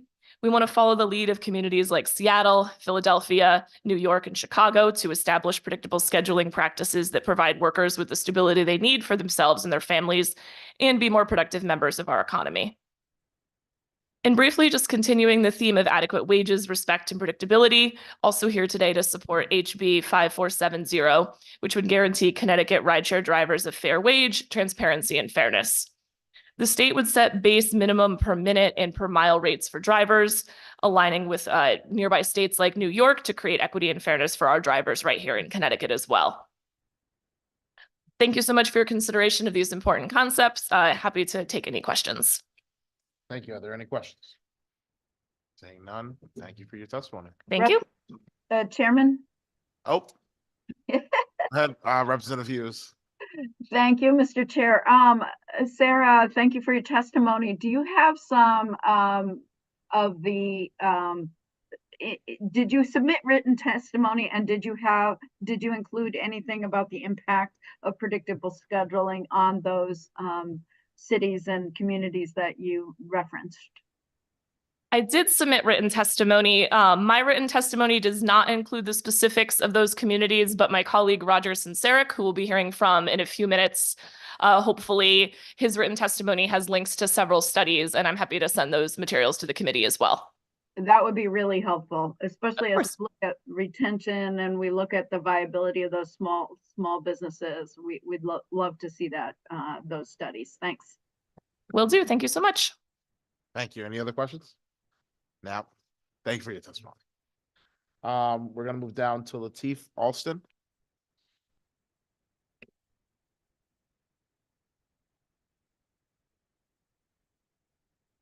Mr. Alston, if you can unmute your microphone, you may begin testimony whenever you're ready.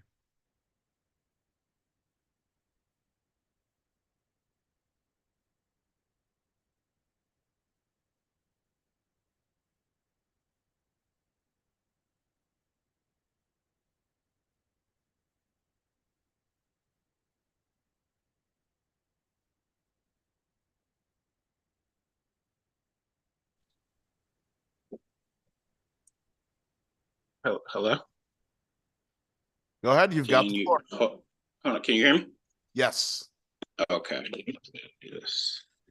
Say, get this video. I'd like to say good morning to you, Vice Chair Representative Wilson and Representative Ackard and the rest of the important members of the Labor Board, especially Senator Kushner. I heard about all the things you're going through with your brother, and I'd truly like to give my condolences. I was like, I've been through stuff like that myself, and I truly feel for you. Stand here in support of HB 5470, and I'd like to tell you a story. But before I tell you a story, I'd like to tell you about me as a person.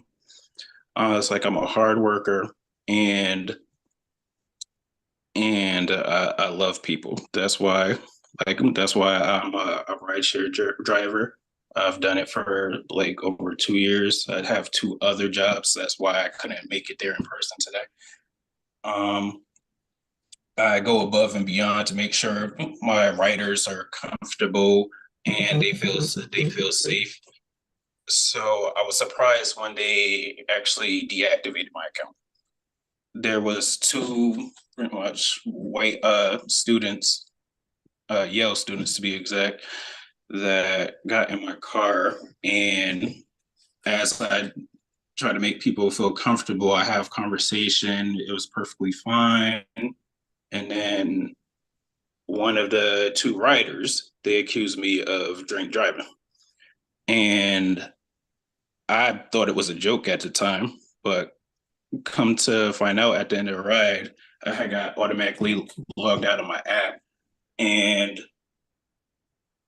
what I found when I went to see what it was just that. They told me that I was drinking and driving. And I'm like, I'm appalled, because I was like, I put so much energy into making sure I do everything I possibly can and so forth to make sure that they have a comfortable experience, that would never happen. So I was trying to reach out, but there's no way to get in contact with them. Like they said in emails that they would reach out to me. They never did. And apparently they were supposed to be doing an investigation, and they thought a matter this serious only took apparently an hour of no contact of people involved to come to a decision. So I talking to you today to make sure that HB 5470, it does come to tuition. And I'm like, we need your help. And I'm sorry, it's just like thinking about it, it really annoys me. It really annoys me, because these people think of me like less than trash. Me and my fellow drivers. I'm like, we put our best foot forward, and because somebody decided that you were less than nothing, all your hard work is taken away. And that's just not what I was taught. So I do want to thank you again for your time, and thanks for hearing me. Thank you. Are there any questions? Representative Hughes.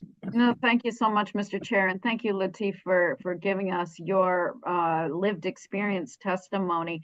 Was it your understanding when you became a rideshare driver that there would be an appeal process if you were suddenly deactivated your account? I'll say not initially. But and I had gotten emails that I've sent like pictures of like emails I got and like evidence I had that they didn't do. There was no investigation. They just said you're off the platform. So they did said, like I said, they did say we'd reach out to you, but they didn't reach out, and I have no way to reach out to them. So I'm like, how do I even begin to prove my innocence? And I'm like, that's a very timely thing. If I was infected, I'm like, I would have to quickly get to somewhere where I would be able to prove it, because anybody could say they're not. But I'm like, I didn't have a chance to prove my case. Right. Okay. So and are you aware of any other rideshare drivers that also had sudden, deactivation, and you didn't know why, or you didn't have a chance to appeal that? I had a friend that actually had something similar to that effect. I can't think of what he said at this time, but yeah, yeah. All right, I appreciate that because those are the kinds of minimal protections that this bill is trying to, is trying to enact so that, there's a fair appeal process if you're suddenly kicked off the app, like that you have a chance to appeal and to prove your innocence. So I appreciate you coming forward with your experience today, and I appreciate all your hard work. Thank you so much. All right, thank you. Again, I appreciate it for all your time. I really do. Thank you. Any other questions? Seeing none, thank you for your testimony. Thank you. Next up, we'll have Cristanza Segovia. Hello, members of the committee. Thank you for the opportunity to testify. My name is Constanza Segovia. I live in Hartford, and I'm the organizing director and co-founder of Hartford Deportation Defense. We are an organization representing 300 immigrant families in the greater Hartford area, and we are part of the Connecticut for All Coalition. I submit this testimony on our organization's behalf in support of HB 5470, an act concerning rideshare and delivery driver minimum standards. Our immigrant community is being left behind. Black, brown, and white immigrant workers who keep our economy running without access to the many benefits available to other workers are struggling every day. With limited access to employment opportunities, our members are forced into predatory industries where labor protections are rampant and corporations find loopholes in established worker rights to further exploit our communities. Rideshare and delivery app companies are known for these practices. This bill will ensure that Connecticut drivers get a baseline wage that everybody deserves. Currently, drivers are sleeping in their cars and working long shifts without access to overtime. What was promised as worker autonomy by many of the transportation network companies is really a cesspool for unfair labor practices. We hear from drivers that they were able to make ends meet early on, but each year that has become increasingly difficult. Workers work longer hours for less money, and these companies have too much control. We strongly support the minimum per mile and per minute rates. Connecticut needs to prioritize the well-being of our neighbors instead of the endless greed of the corporations who employ them. Uber and Lyft calculate pay in hidden ways, both from drivers and passengers alike. Companies rely on separating the customer from the driver so that we don't know what each pays, and this breeds worker abuse. With this bill, Connecticut can lead the way in revealing the economic model of these companies, both rideshare and delivery app companies, so that customers can make more conscious decisions and workers can understand how they are paid. Connecticut drivers should also be allowed to pick up passengers in neighboring states, the same way that New York and Massachusetts drivers are able to pick up passengers in Connecticut. Shamefully, under current law, these large multinational companies are able to terminate Connecticut drivers without giving a reason or give a reason that the driver would like to dispute, but there's no process for that. The bill ensures that there is a process in place to protect the drivers from unfair terminations. Our organization fully supports the efforts of Connecticut Drivers United in passing HB 5470. This bill would be a great achievement for Connecticut after years of inaction for one of the most marginalized worker populations in the state, which includes many of our members and their families. Thank you for your time. Thank you. Are there any questions? Seeing none, thank you for your testimony. Next up, we will have Janae Woods Weber.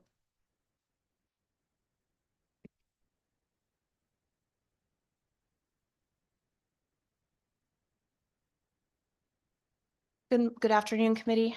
Thank you for the opportunity to testify. My name is Janae Woods Weber, and I'm the executive director of She Leads Justice, formerly known as Connecticut Women's Education and Legal Fund, or QWELF. She Leads Justice is a statewide nonprofit that uses a justice and equity lens to advocate for under-resourced and marginalized women in Connecticut. I'm testifying in support of SB 413, an act concerning predictable scheduling.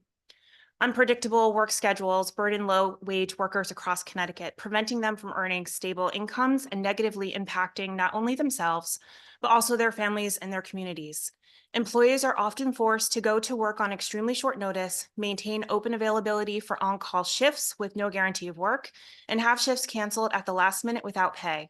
When workers cannot predict their hours or pay from day to day or week to week, then they are often unable to secure childcare or a second job or qualify for promotions that lead to the conditions that create economic stability and opportunity. Women are half of Connecticut's workforce and make up more than half of food service workforce and are a growing number of breadwinners for their families. However, women, especially women of color, are overrepresented in low-wage jobs that do not provide what should be basic worker rights and standard equitable business practices, a livable wage, paid sick days, and fair scheduling practices. When women do not have access to fair, predictable schedules at work, they miss out on wages to buy groceries or pay their rent, necessary expenses that support their families and contribute to the state's economy. Women are also less able to save for retirement. This all happens in a state and a country where we already have an income gap based on gender, and that grows even deeper when race is considered. Parents who are workers with unpredictable schedules are also not able to participate fully in their children's lives. They miss out on parent-teacher conferences and get branded unfairly by the school system as parents who don't care, especially if they are poor or people of color, because unfortunately, classism and racism still exist in our state. Parents who are workers with unpredictable schedules are not able to tell their children with certainty that they will be able to watch them play in their basketball game or be there to tuck them into bed at night.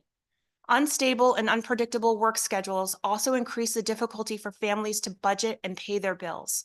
According to the Retail Work and Family Life Survey, nearly half of the retail workers surveyed reported that their household incomes vary from week to week, while 1/3 reported it is difficult for them to pay their bills in a typical month.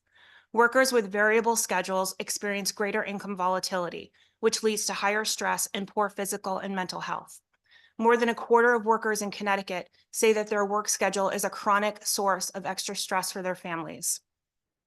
Connecticut is being championed as a sanctuary for women's health care and reproductive rights during these uncertain times. However, unpredictable scheduling is a barrier to access that limits women's access to comprehensive and necessary health care. Routine preventative healthcare visits, including well women visits, and also pediatric appointments for children, because women are still the primary caregivers for children, are often scheduled long before low-wage workers receive their schedules. Ms. On-call shift scheduling often prevents women from being able to make appointments or forces them to cancel entirely, which may delay follow-up treatments or diagnoses for them or their children. Connecticut should be a state where workers, families, and women are valued fully. It is possible. We know this because Oregon, New York City, Seattle, and San Francisco have passed policies that require predictable schedules. We urge this committee to live into the promises of equity that we keep hearing about in this legislature by advancing SB 413 this year. Thank you. Are there any questions? Seeing none, thank you so much.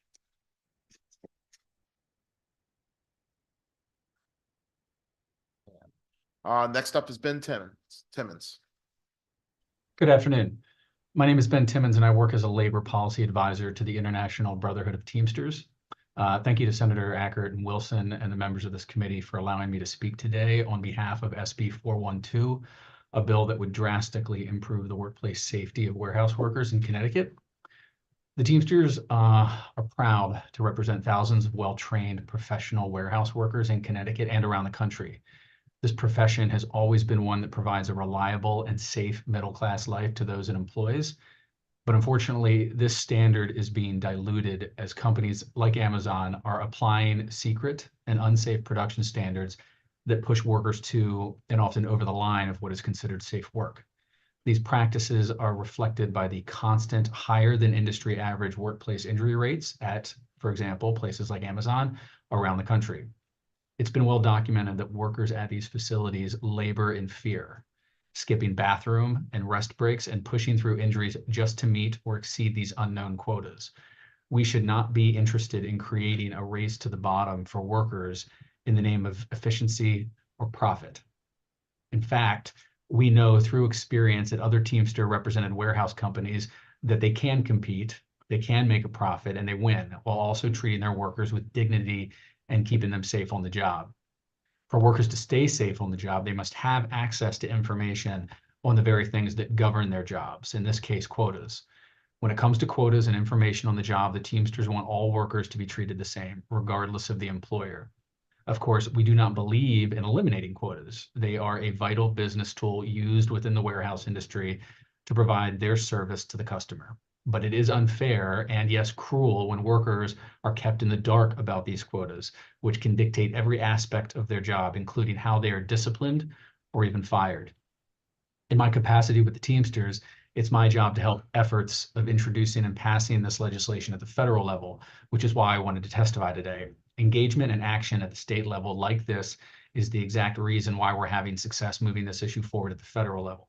In fact, 18 states across the country have either passed legislation or taken significant actions towards passage on this worker warehouse safety issue.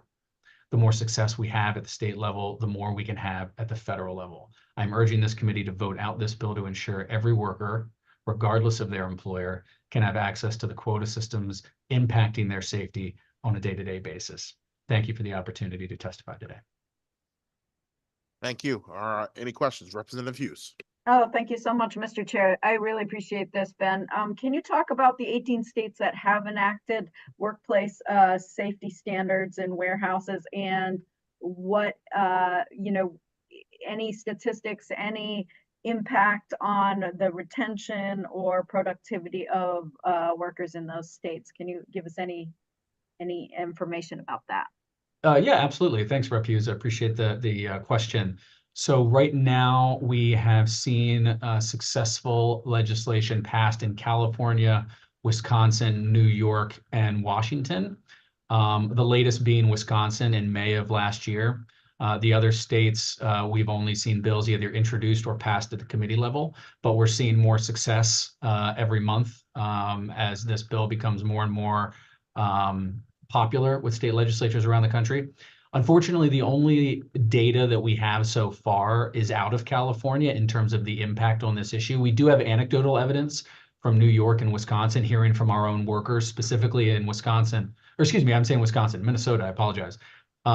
Specifically in Minnesota, from our workers at Amazon facilities saying that both A, the company is responding in ways where their quotas are being reformed such that their work speeds are being impacted in a positive way, but also they're having trouble with Amazon in Minnesota specifically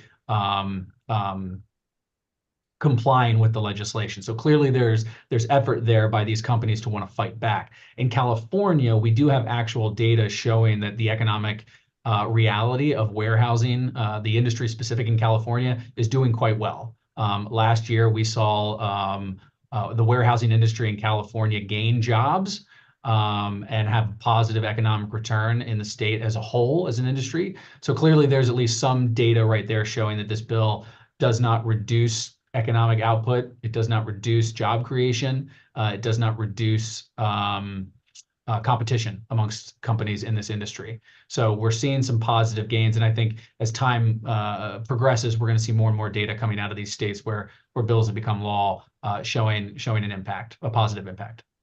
Thank you. And thank you, Mr. Chair, for that indulgence. I just think that it makes sense if we can create a minimum standards for these, especially ultra profitable mega corporations across states or obviously across the country, then we're not competing against each other for a race.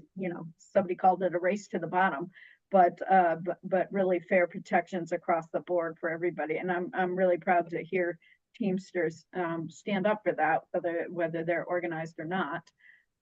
It seems like it helps everybody, including the corporation, to have healthy and productive workers. So thank you. Thank you. Are there any other questions? Seeing none, thank you for your testimony. Next up, we will have Christopher Crywell.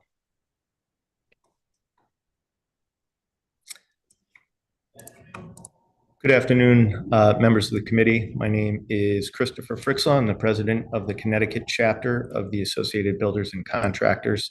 CTABC is a statewide trade association consisting of more than 230 businesses representing merit shop construction. Our members range from small specialty contractors to large GCs and construction managers. So I apologize I can't join you in person today, but I do thank you for the opportunity to offer testimony in opposition to Senate Bill 409, an act concerning wage theft responsibility. The bill seeks to make general contractors liable for the unpaid wages and benefits of subs at any tier, and it applies to private construction jobs. Under the bill, a GC can require subs to submit payroll records which have been attested to and certified as accurate. And certainly, while we agree all workers should be properly compensated and that bad actors, those intentionally underpaying their workers, should be punished, this bill fails to accomplish either of those goals. Instead, it merely adds additional layers of red tape, paperwork, and bureaucracy that are going to increase cost to contractors, increase cost to project owners, and put good contractors who've done nothing wrong at risk of being targeted with costly lawsuits. For subcontractors, it is routine for them to submit certified payroll on prevailing wage jobs, but there's no current requirement to do that on private construction. So unlike prevailing wage, there's no standard scale of wages for employees. Contractors are able to negotiate wages and benefits, and that's going to vary from company to company. So this will make it impossible for GCs, even with payroll reports, to determine whether wages have been paid properly. It's going to become an administrative and compliance nightmare. For subs, it's an onerous and costly requirement. There's no minimum contract value, so the mandate will disproportionately harm small contractors who may not have the staff and resources to easily comply. Further, the reporting requirements will force subcontractors to disclose sensitive wage and benefit information that is meant to be kept between the employer and employee. And in some cases, subcontractors will be required to file these detailed reports to direct competitors, something that's incredibly problematic for them operating in a highly competitive industry. Lastly, we are opposed to provisions that allow third parties, including labor organizations, to take civil action against a contractor for alleged wage theft. Given, again, the competitive nature of the industry, we're concerned this will lead to an increase in frivolous and costly lawsuits that are meant to intimidate, distract, and harass good employers. So again, we think this fails. You know, the intentions behind it are good, but it fails to ensure proper wages and benefits are paid. It fails to eliminate bad actors and will only harm good local employers. We urge the committee to take no action. Thank you again for your time. Thank you. Are there any questions? Senator Sams. Thank you, Mr. Chairman. No harm, no foul. It's all good. Chris, thank you for your testimony. I think we're completely on point. We've had this bill in the past. Obviously, it's come before this committee, and it's never made it to the finish line. I think it's because you pointed out a lot of the flaws that are in the language. I don't know if that you can answer the question that I have for me, but I figure out you're very knowledgeable on the subject, so I thought I might ask. And that is, you know, this bill really deals with contractors and subcontractors, but what actually defines a contractor in this legislation in your eyes? Could someone who's, you know, building their own home or overseeing their own construction project who's not in the industry could end up on the hook for the activities of subs of other contractors that they have on the job in the way you're reading this?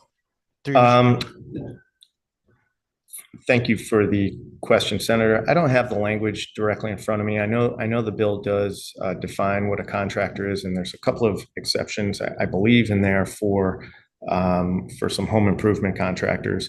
But you raise a good point. You know, if in fact this could apply to somebody who's doing some work on their home or something, that's certainly a concern and something that I think ought to be removed from the bill. So I can take a look when I have a moment at the language again and maybe get a more complete answer for you later today. Yeah, thank you very much. I appreciate that, Chris. I'm going to look into that myself as well. But the other points that you made were very salient. You know, you have a lot of people on a job site sometimes, and you can't, unnecessarily hold everyone responsible for the activities of the other parties, especially when it's going to, create a financial burden for everybody involved in the project, including people financing it. So thank you very much for your testimony today. I appreciate it. Thank you, Senator. Thank you. Any other questions? Seeing none, thank you again for your testimony. Thank you, everybody. Next up, we have Vito Bonanno.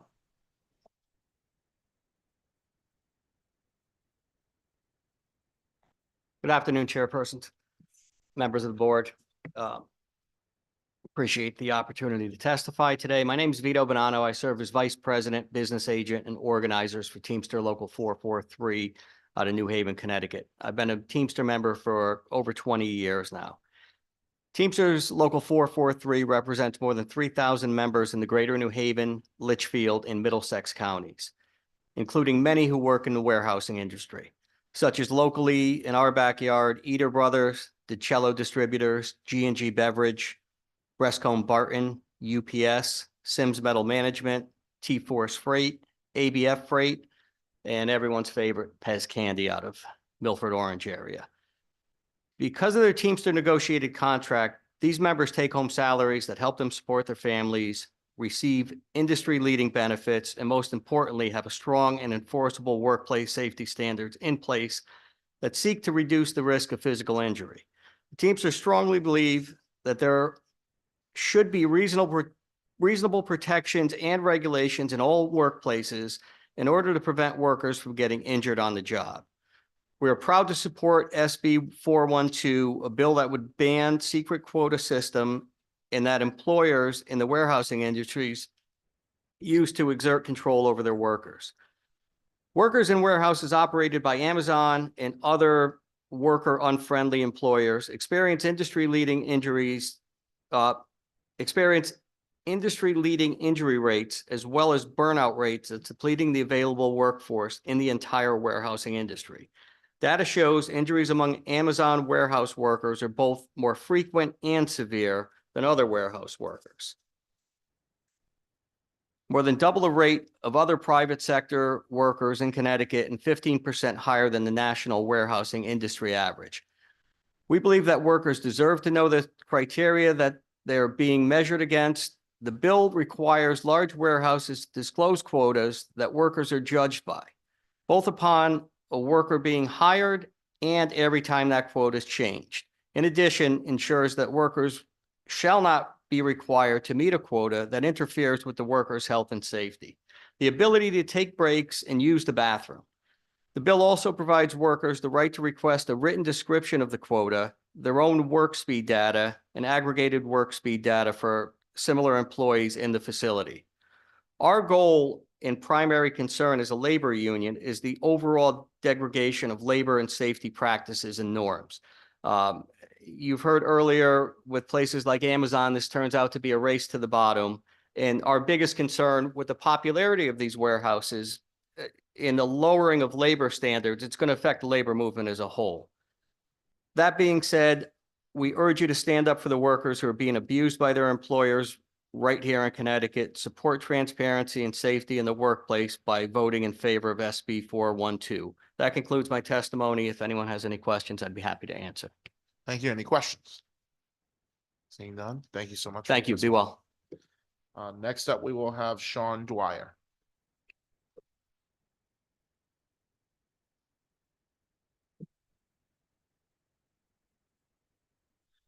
Good afternoon. My name is Sean Dwyer. I serve as the recording secretary for Teamsters Local 443 in New Haven, where I'm also the business agent and an organizer. I want to thank you today for taking time to consider Senate Bill 412, an important bill that will extend protections to all workers in the warehousing industry. Across the state of Connecticut, more than 16,000 workers are members of the Teamsters Union, including many who work in the warehousing industry. In Connecticut and all throughout the country, warehouse workers play a critical role in keeping our nation's supply chain moving. Without these essential workers, food cannot get to grocery stores, hospitals wouldn't have the necessary supplies, and consumers would have to go without items that are part of their everyday lives. Unfortunately, certain employers like Amazon and others do not value and respect these essential workers by using deliberate, deceitful, and secret performance quotas. Amazon and these other low-road employers seek to increase their workers' productivity. The results of this practice have been damning. Injuries at these facilities far outpace industry averages, and the severity of these injuries often make it so that workers are forced to leave the workforce entirely.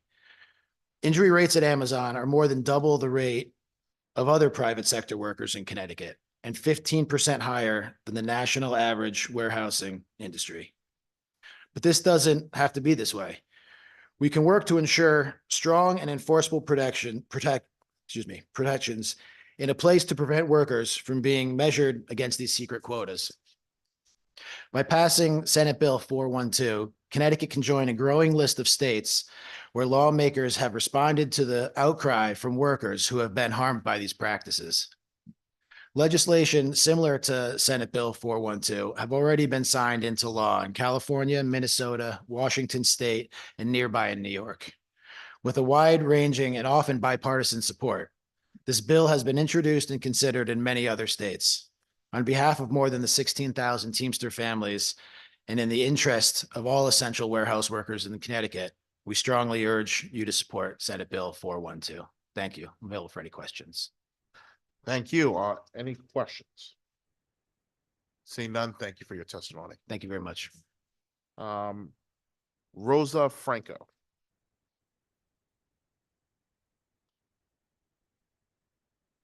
Ms. Franco, if you can unmute your microphone, you may begin your testimony whenever you're ready.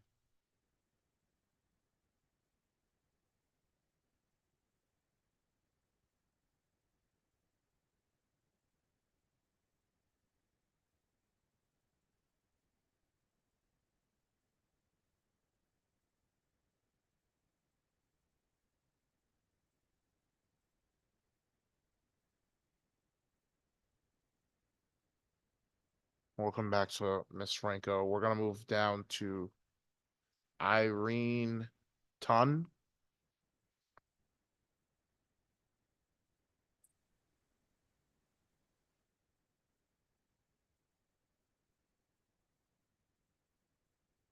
You have the floor, Irene.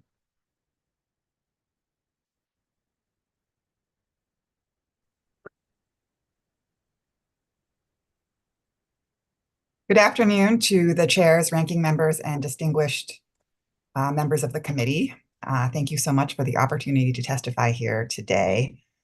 I am testifying in support of SB 412, an act concerning the protection of warehouse workers, which will provide critical safeguards for workers employed by the largest and most sophisticated warehouse companies, in particular companies such as Amazon, which use computer-generated quotas that are not disclosed to workers but are used to discipline them. My name is Irene Tong. I'm a senior researcher and policy analyst at the National Employment Law Project. We are a nonprofit, nonpartisan research and advocacy organization specializing in employment policy. Over the last 3 years, I've studied Amazon's workplace practices across the country, and I'm the lead author on several reports about health and safety issues at Amazon. Our analysis of Amazon's own self-reported data to the Occupational Safety and Health Administration shows that Amazon warehouse workers in Connecticut are injured at a dramatically higher rate than other workers, and the situation is getting worse each year. Connecticut Amazon workers are injured at a rate of 6.4 injuries for every 100 workers. That's up from 6.3 in the previous year. This is the equivalent of about 1 injury for every 15 workers. This is more than double the rate of other private sector workers in Connecticut, and 12% higher than the national warehousing industry average of 5.7. The overwhelming majority of injuries to Connecticut Amazon workers, 98%, were of the most serious kind, meaning cases severe enough that workers could not continue performing their normal job duties and had to either be transferred or take time off work to recover. This is up from 93% in the previous year. I can't emphasize enough that the injuries we are talking about here, serious muscle strain injuries caused by awkward and repetitive motions without sufficient recovery time, are not only painful, but are often disabling and can stay with workers their entire lives. The high rates of serious injury at Amazon are directly attributable to the way that the company manages its workforce. For example, one of the quotas that Amazon uses is akin to what is sometimes referred to as a rank and yank system, where if you are a worker, Amazon doesn't tell you what your goal is up front, but just automatically and continually disciplines anyone in the bottom 5th percentile. People are just pulled aside or fired without any information. All you know is that you better stay out of the bottom 5th percentile, but what the actual quota is constantly changing, and you have no idea what it is. Workers have described how this fosters a climate of fear in which workers have to push their bodies to the brink or risk losing their jobs. And when Amazon temporarily suspended some of these systems in 2020, injury rates dropped significantly.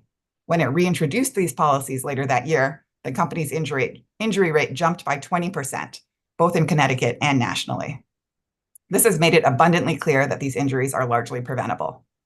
And what's troubling is that we've begun to see Amazon's business model spread as other companies are pressured to adopt similar practices. Passing SB 412 is a crucial first step to turning the tide against these harmful practices. Most importantly, this bill establishes transparency in quotas, allows workers access to data about their performance, and prohibits employers from using quotas to prevent workers from taking rest breaks. Thank you for your attention, and I'm happy to take any questions. Thank you. Any questions? Representative Acker. Thank you for your testimony. And is this, and I appreciate it, the OSHA report, is that something that I can get access to? Is that a public document? Absolutely. What OSHA publishes is the raw data for all warehousing companies in the country. And so, I mean, I can send the link for that. And, we've gone through and separated out Amazon as compared to non-Amazon employees. And I can also send you that report. If I would like it, I'm not sure if the committee shares, but I would be interested. Thank you very much. Thank you. Representative Hughes. Thank you, Mr. Chair. Thank you so much for your testimony, Irene. I have 2 questions for you. One, by enacting these protections in SB 14 or 412, 412, would this harm the other warehouses? That's my first question. That that we've heard from the Teamsters Union are trying to protect workers at a bare minimum. And secondly, my other question is it enough in the protections in this? Because what you described is pretty horrific, these preventable injuries, and I'm not sure just disclosing the quotas is going to be enough. So I'd like your feedback on those 2 questions. Thank you. Those are great questions. So in terms of the other warehouse employers, I mean, this is not burdensome at all to any warehouse employer that is not using these sophisticated algorithms that Amazon has really pioneered. It just requires them to tell workers what the performance standard is before they discipline them with it. It's very straightforward.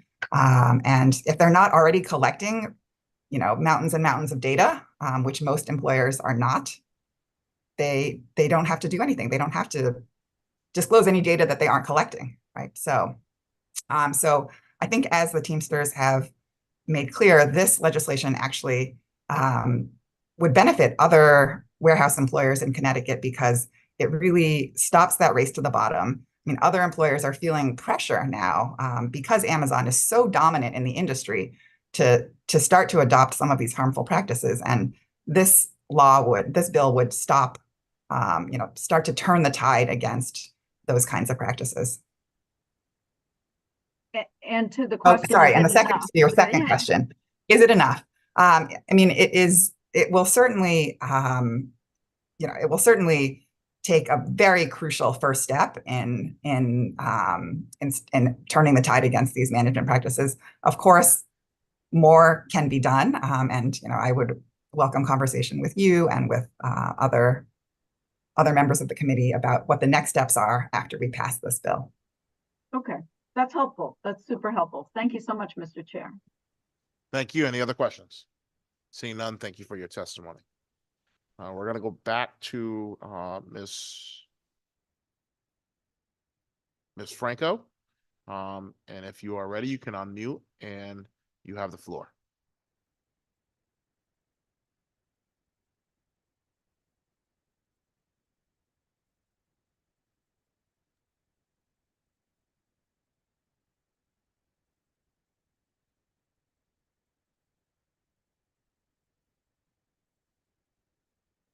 Ms. Franco, if you accept the prompt to unmute, you should be able to testify.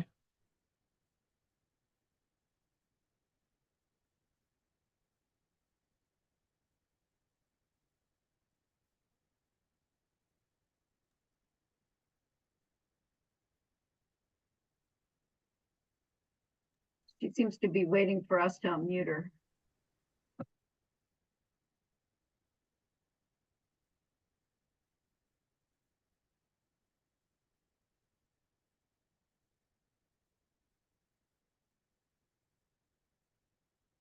All right, while we work on, Ms. Franco works on that, we're gonna continue down. And the next up is Nathaniel Paget.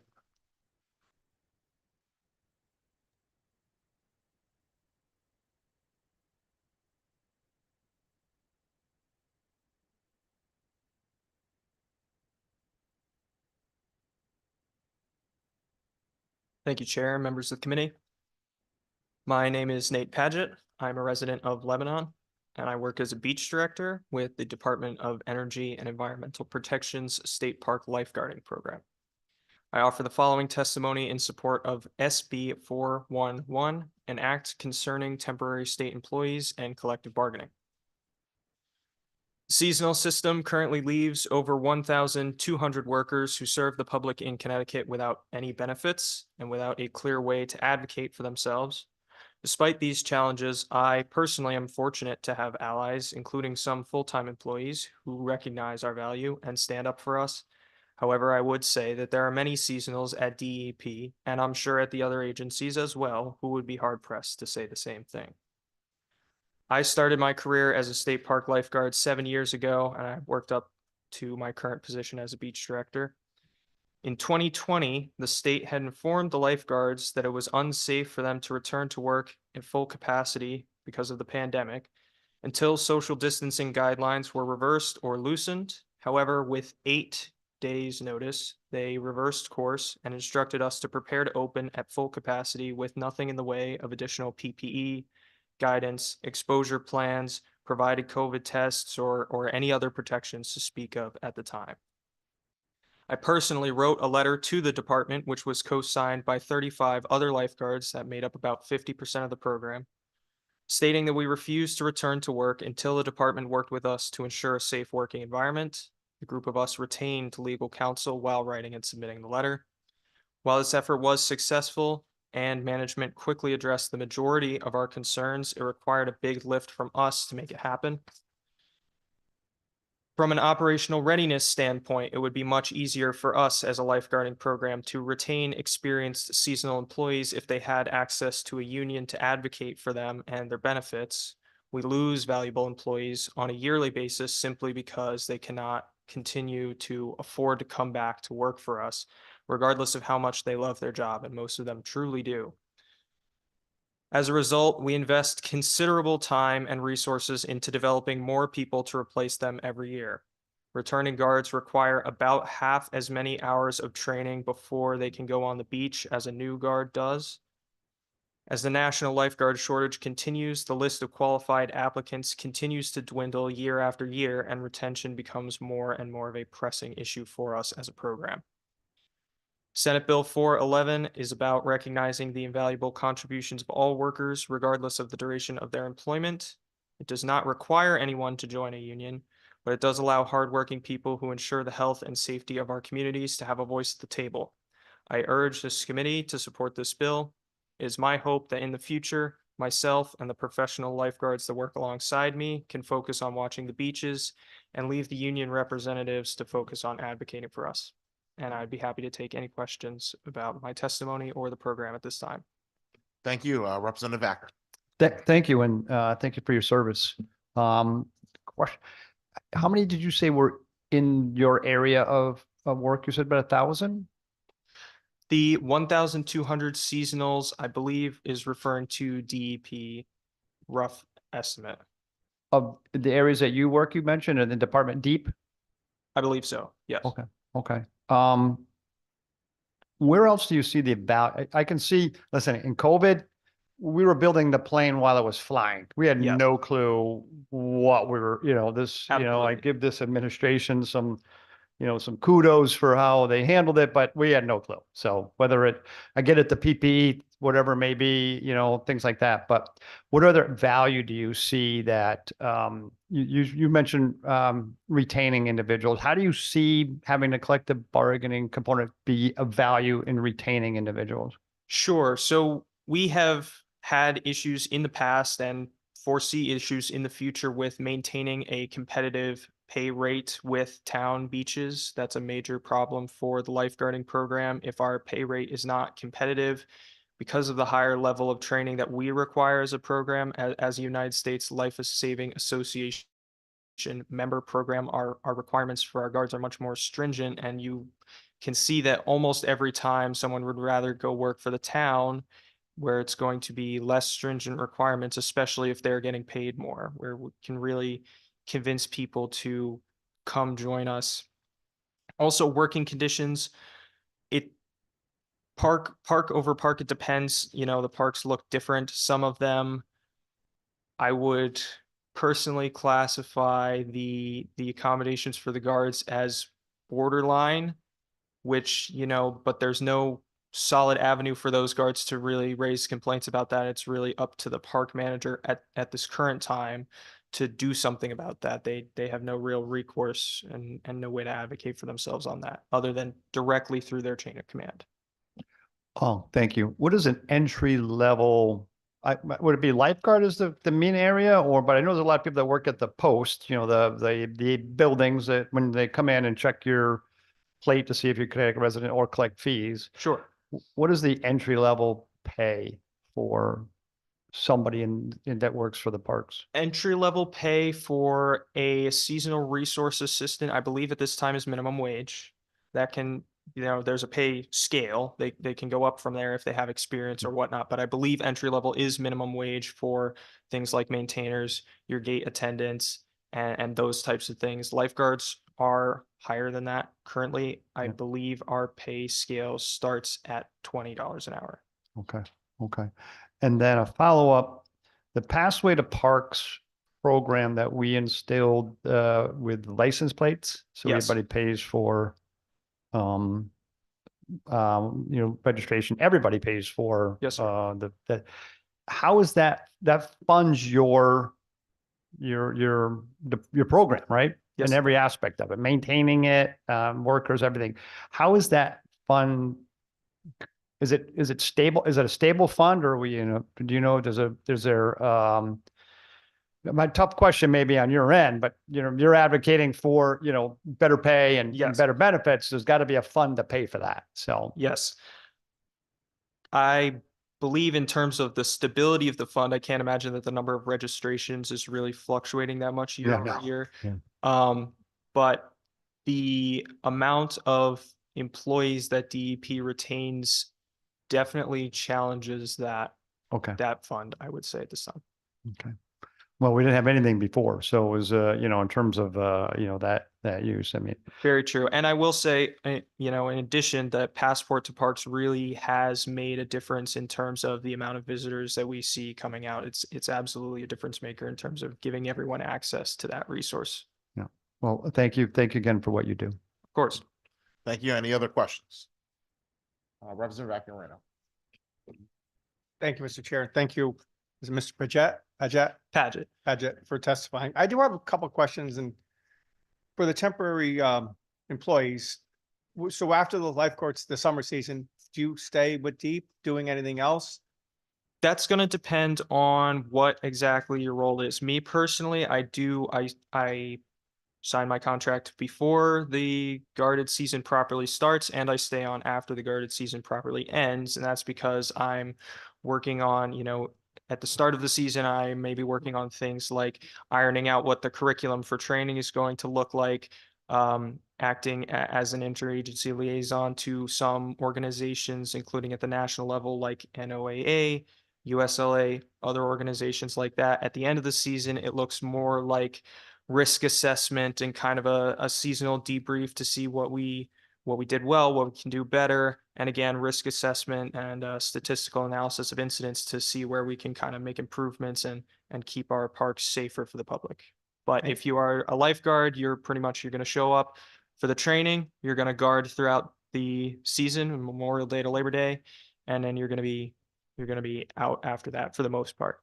I appreciate that answer. So I would say for you, you must work most of the year, it sounds like. Yes, sir. But for the seasonal employees, do you have any idea how many employees we're talking about that just work 3 or 4 months? That are maybe are included in this language? I'm not sure. but Yeah. I would hope there's a criteria, like how many, like 6 months out of the year, 9 months out of the year, or 3 months a little short. I'm definitely only going to speak to the lifeguard Okay. program here just because I'm not comfortable speaking for my other That's fine. seasonals, but those people work about 4 months, I would say, is the bulk of their season. Maybe there's a little bit on each end, but Well, you sound like you're pretty busy and you probably do really good work. So thank I you. just I wanted to appreciate that. get some idea how many people we're talking about. I guess we have to do a little more digging on our end. If you want a number for lifeguards, our program usually lands around 100 That's state lifeguards. state park lifeguards across 8 facilities, around 100 lifeguards average yearly. All right, thank you. Thank you, Mr. Chair. Unless maybe to the chairs, do we know how many temporary employees we have that were potentially going under this piece of legislation? We can get that information for you. All right, thank you. Thank you. Any other questions? Representative Weir. Thank you for your testimony and I have a couple question going back and forth. And I think with the labor market we recognize is very tight. You know, there's a lot of competition, as I believe you recognize in the beginning of your testimony, that it's hard to attract and retain. And I guess I'm curious, I would like to know why we need to allow or permit collective bargaining and why there isn't a mechanism for deep, if the need is to attract and retain quality lifeguards like yourself and employees in many different positions, I wonder why they don't have the latitude to be more competitive in that. Why do we have to go to collective bargaining, and why can't they? I guess that I'm not sure what the state of their funds, but I'm curious why they can't attract and retain and find money to make that a competitive position. Through you, Mr. Chair. Sure. It is my experience that generally, even among full-time employees, for example, there are park managers who are having trouble staffing their parks to the level that they would like. They have a set amount of position numbers that they have, and I have not recently been aware of successful efforts on the part of anyone to get additional position numbers, regardless of what their justification for those numbers is. Clearly, I would say, again, in my experience, that going through our chain of command currently is not working for us in many areas. This is, the roadblocks come potentially from higher up in the agency, potentially from outside of the agency. But I think perhaps another avenue would be valuable to us in pursuing some of these things. Well, I look forward to debating this, amongst ourselves and talking this over, and I appreciate your testimony and input. It's helpful to have that, even that new information that you just provided. So thank you. Absolutely. And if any of you want my contact information, feel free to find me. Thank you. Any other questions? Representative Vaccarino, just to circle back to your question, there are about 1,000 temporary workers in the state, across the state. Thank you, Mr. Chair. Thank you. Thank you for your testimony. Of course. We're gonna move down to Katie Przenskowicz. You've got the floor. Thank you. Hi, my name is Katie Personowski. I'm a resident of Berlin, and I'm a proud full-time permanent state employee serving as an environmental analyst for the Department of Energy and Environmental Protection. I am also a member of CSEA SEIU Local 2001, a labor union representing over 25,000 state, municipal, Board of Education, active and retired, public and private sector workers. I offer the following testimony in support of SB 411 an act concerning temporary state employees and collective bargaining. When I worked as a seasonal state employee, I barely made more than minimum wage, which was already difficult.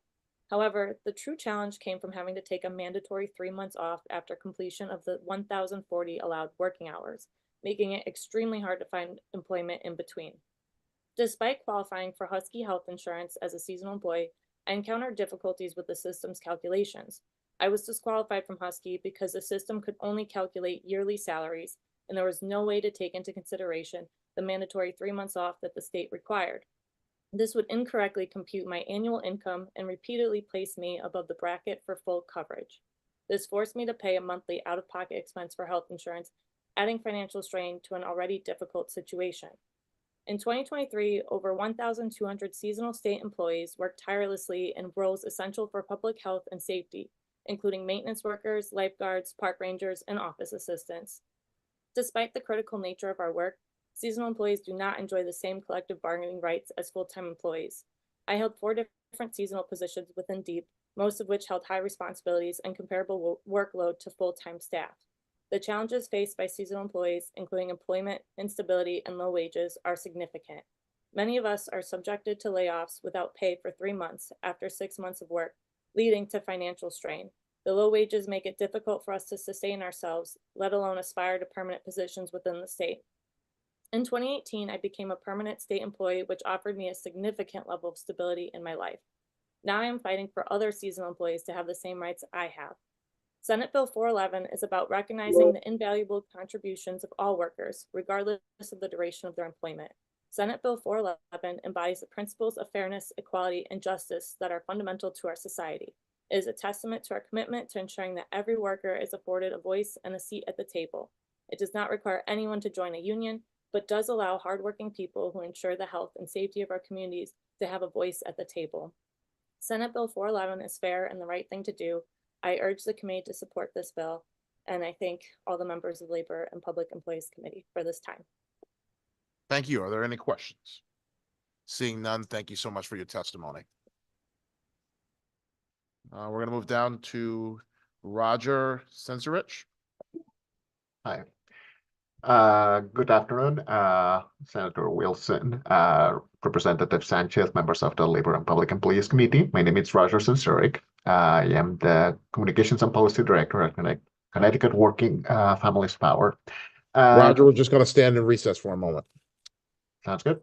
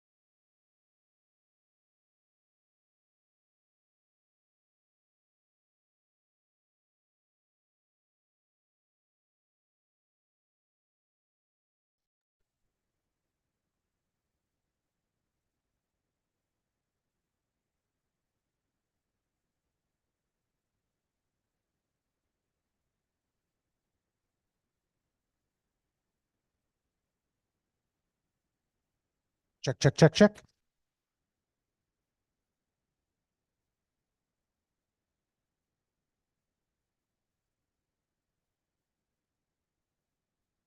All right, we're gonna reconvene our public hearing, and we are gonna move on to Roger. You have the floor. Hello again. This is Roger Sensoric. Thanks for members of the Labor and Public Employees Committee for letting us testify today. My name is Roger Sensoric. I'm the Communications and Policy Director at Connecticut Working Families Power. And I wanted to testify today about SB 413, the act concerning predictable scheduling. As many people have testified ahead of me, predictable schedules are hugely important for working families. And just think about how it feels not knowing when you're going to be working or what your schedule is going to be next week. You as legislators know this happens to you often. Think that that's your life regularly. And that this is not a job that you're doing seasonally, and that's not a job that, it's a special dedication, but it's just making a living. It's just what you're doing to pay rent. And that you have to build your whole job around shifts that change constantly. You don't know how much money you're going to be making this month, this week or next week, because you don't know how many hours you're going to work. You don't know when you need to get childcare. You don't know if that doctor's appointment that you got with a specialist 2 months ago will have to be shifted or canceled, or you'll have to tell your boss you cannot take extra hours because you have to go to the doctor.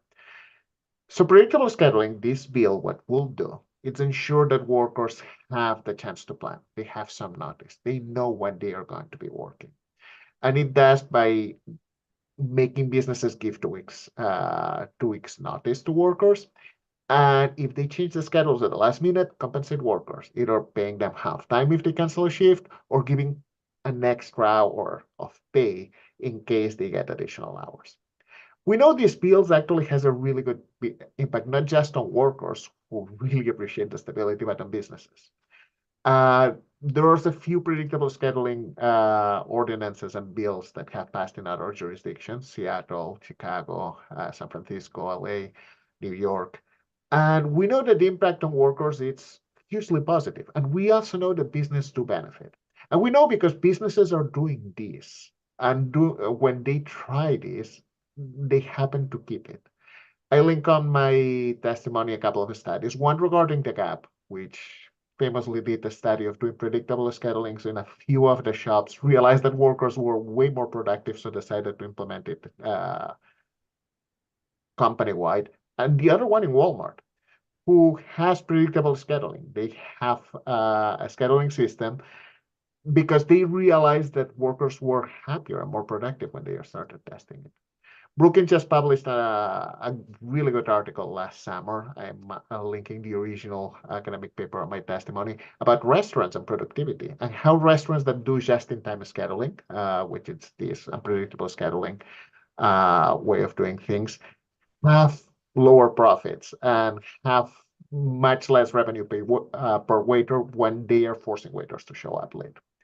So all in all, this is a bill that helps workers, helps businesses, because businesses, when they try it, they see the effects on increased productivity and will really ensure that we have a workforce that is much better prepared and much less stressed at the end of the day, and much more willing to, have happy, stable lives. I'll be happy to take any questions you have. All right, any questions? Representative Hughes. Hi, thank you, Mr. Chair. Thank you, Roger. I'm very curious. First of all, one of the things that you mentioned was that some companies are already voluntarily, and I assume that they're using some sort of software or app to generate schedules in a more predictable way. How do you see that working for small businesses that don't have that type of access to software or whatever? So the thing about the small businesses, like businesses that have 10, 15 employees, is that they are usually not using software for scheduling. They are doing scheduling by hand. They are just talking with their workers, and they usually are much better than these big faceless corporations giving predictable scheduling. The real problem actors here is places like McDonald's, like Target, like these big corporations that have managers that don't know like the 100 people that they have under them. They don't really care. They think they are inputs. They don't know them in a way that a small business will know. So they just run the numbers through a computer, and the computer just, spells completely random schedules that treats workers as interchangeable pieces, not like real people. But if you're like a diner that has like 10 waitresses or 10 waiters, and you know them personally, you're not going, that you need to treat them well so they stay with you. And you have those conversations. You actually can get around this by just doing what you're already doing. Most of small businesses are not going to have much of an impact because they're already giving schedules ahead. It's not something that they can do because they don't have this software that is automating the just-in-time scheduling that a big restaurant chain does have. And is it your testimony also that there are, especially in the wait staff and so forth, there are folks that want to pick up extra shift, so they can certainly are free to do so, right? That those don't have to be in addition to their basic work schedule, that they can pick up as many shifts as they want. This doesn't preclude that, and it also it also supports those employers that are already doing that as a practice, I suppose. So yeah, can you say if the proposed legislation fully allows, if someone wants to work more hours, they can work more hours. Right. The only difference is that if they get called in the last minute without notice, they'll get paid an extra hour of pay, which is an extra incentive. If I am willing to work more and I get called late, it's fair that I'm going to get a bit extra. The bill also lets workers swap shifts. So if someone cannot come and they just want they have a coworker that is willing to pick up the slack, they can just do it. So it doesn't prevent any swapping of shifts. Yeah, the flexibility is there. If someone wants to do it and is happy to do it, That's great. So, and just to be clear, it's asking for a 2-week schedule, normalizing that, but within the week, if there are changes, that's when these other protections or penalties or whatever you want to call it. Yes, the requirement is that they need to give the schedule 2 weeks ahead, but they only need to compensate workers if the change is with fewer than 7 days. So very last minute changes, not, they need to give some stability, but they only really need to be accountable for late changes if something comes up within 7 days. Okay. I think that's all my questions, Mr. Chair. Thank you. Thank you. Any other questions? Seeing none, thank you so much, Roger. Thank you. Next up, we have James Burke. Greetings, Representative Wilson. My name is James Burke. I'm the operations manager at Working Families Power. Thanks to a member of the Labor and Public Employees Committee. I'm also here today in support of SB 413 and Act Concerning Predictable Scheduling. So while my colleague Roger went over a lot of the details of the bill, I just kind of wanted to share a story. I've worked 2 jobs in the past that used unfair scheduling practice. Many times my posted work schedule was changed just days prior to my shift. And I was also asked to remain on call, waiting for hours unpaid for a phone call informing me if I was going to be able to go in and earn my wage that evening or not. As a 19-year-old, being left on the hook by my employer was an inconvenience. Today, as a father with a mortgage, this would be financially debilitating. How would I plan for childcare or healthcare appointments not having the advanced knowledge of when I'd be at work? How could I create a family budget when my hours are changed at a moment's notice? Still, many workers are subject to on-call scheduling and of other unfair scheduling practices. Oftentimes in the hospitality, food service, and retail industries. These workers keep our families nourished and keep our local economies moving. And it's time that we give these workers a fair work week with predictable wages and schedules so they can plan their childcare, their healthcare, pursue educational opportunities, and give their families tools they need to succeed. So that's all I have for you tonight. Happy to take questions, but thank you very much. Thank you. Are there any questions? Seeing none, thank you for your testimony. Next up, we will have Rose Reyes. All right, thank you. Next, Laura Arbin. Excellent, thank you. Ken McGrill.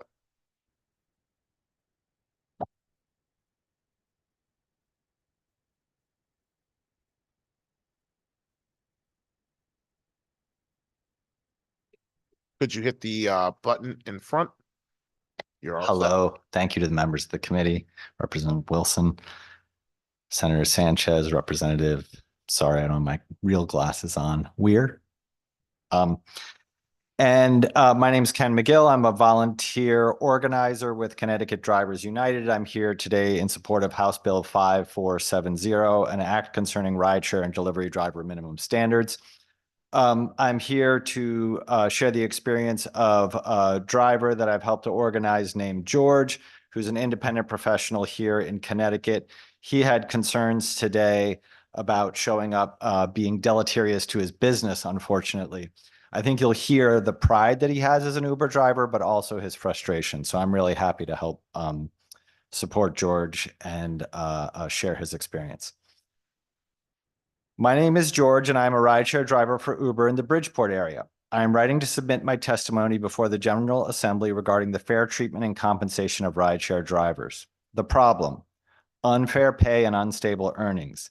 In fact, they just cut our pay by not offering dollar opportunities nor dollar promotions.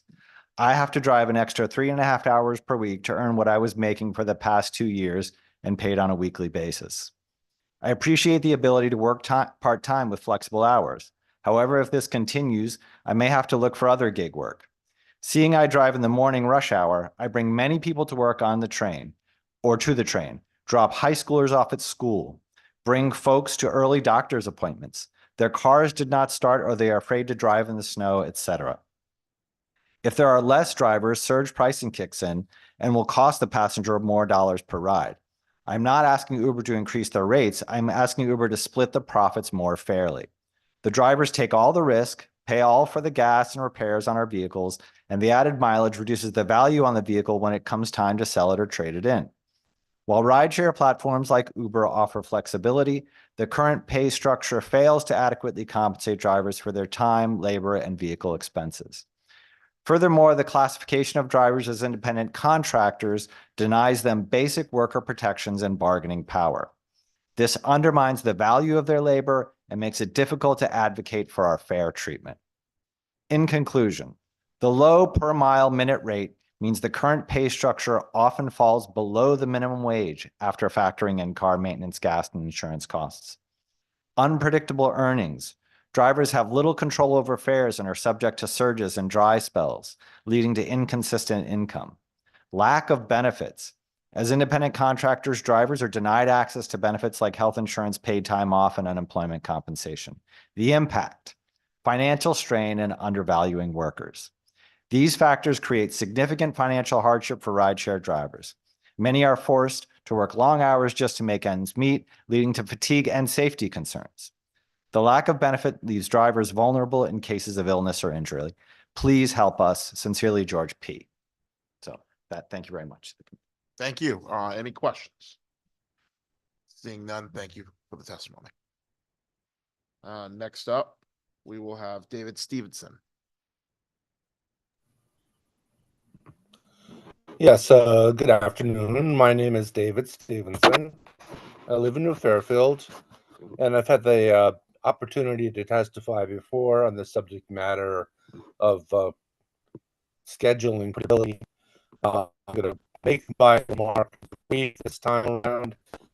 Just say that scheduling predictability is the right, just, and moral thing to do.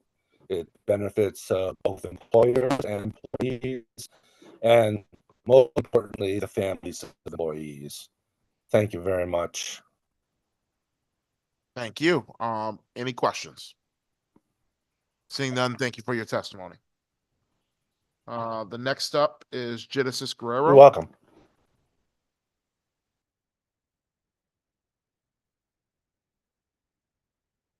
All right, we're gonna move down to Jose Martinez. Dear members of the Labor and Public Employees Committee, my name is Jose Martinez and I am a resident of New Britain. I stand in support of SB 413 and Act concerning predictable scheduling.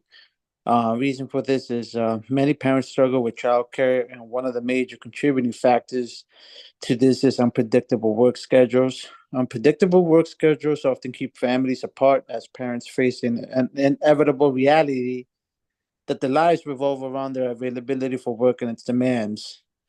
I know of a single mother who often struggles regarding managing her work schedule and taking care of her children. Being a single parent is already a demanding feat. There should be no added pressure with the unpredictability of a work schedule. I believe that if people are given predictable work schedules, it will result in a better quality of life for all workers. Not only would this result in better quality of life, but I also believe it will result in better productivity within workspaces. Productivity in workspaces is a common issue within the labor industry. However, I believe one of the major contributing factors to this is unpredictable work schedules. With predictable work schedules, employees should be more inclined to produce results required of the job. I support SB 413 and I ask the committee to support and pass the legislation. Thank you for your time. Thank you. Are there any questions? Seeing none, thank you for your testimony. Next up, Scott Dolch.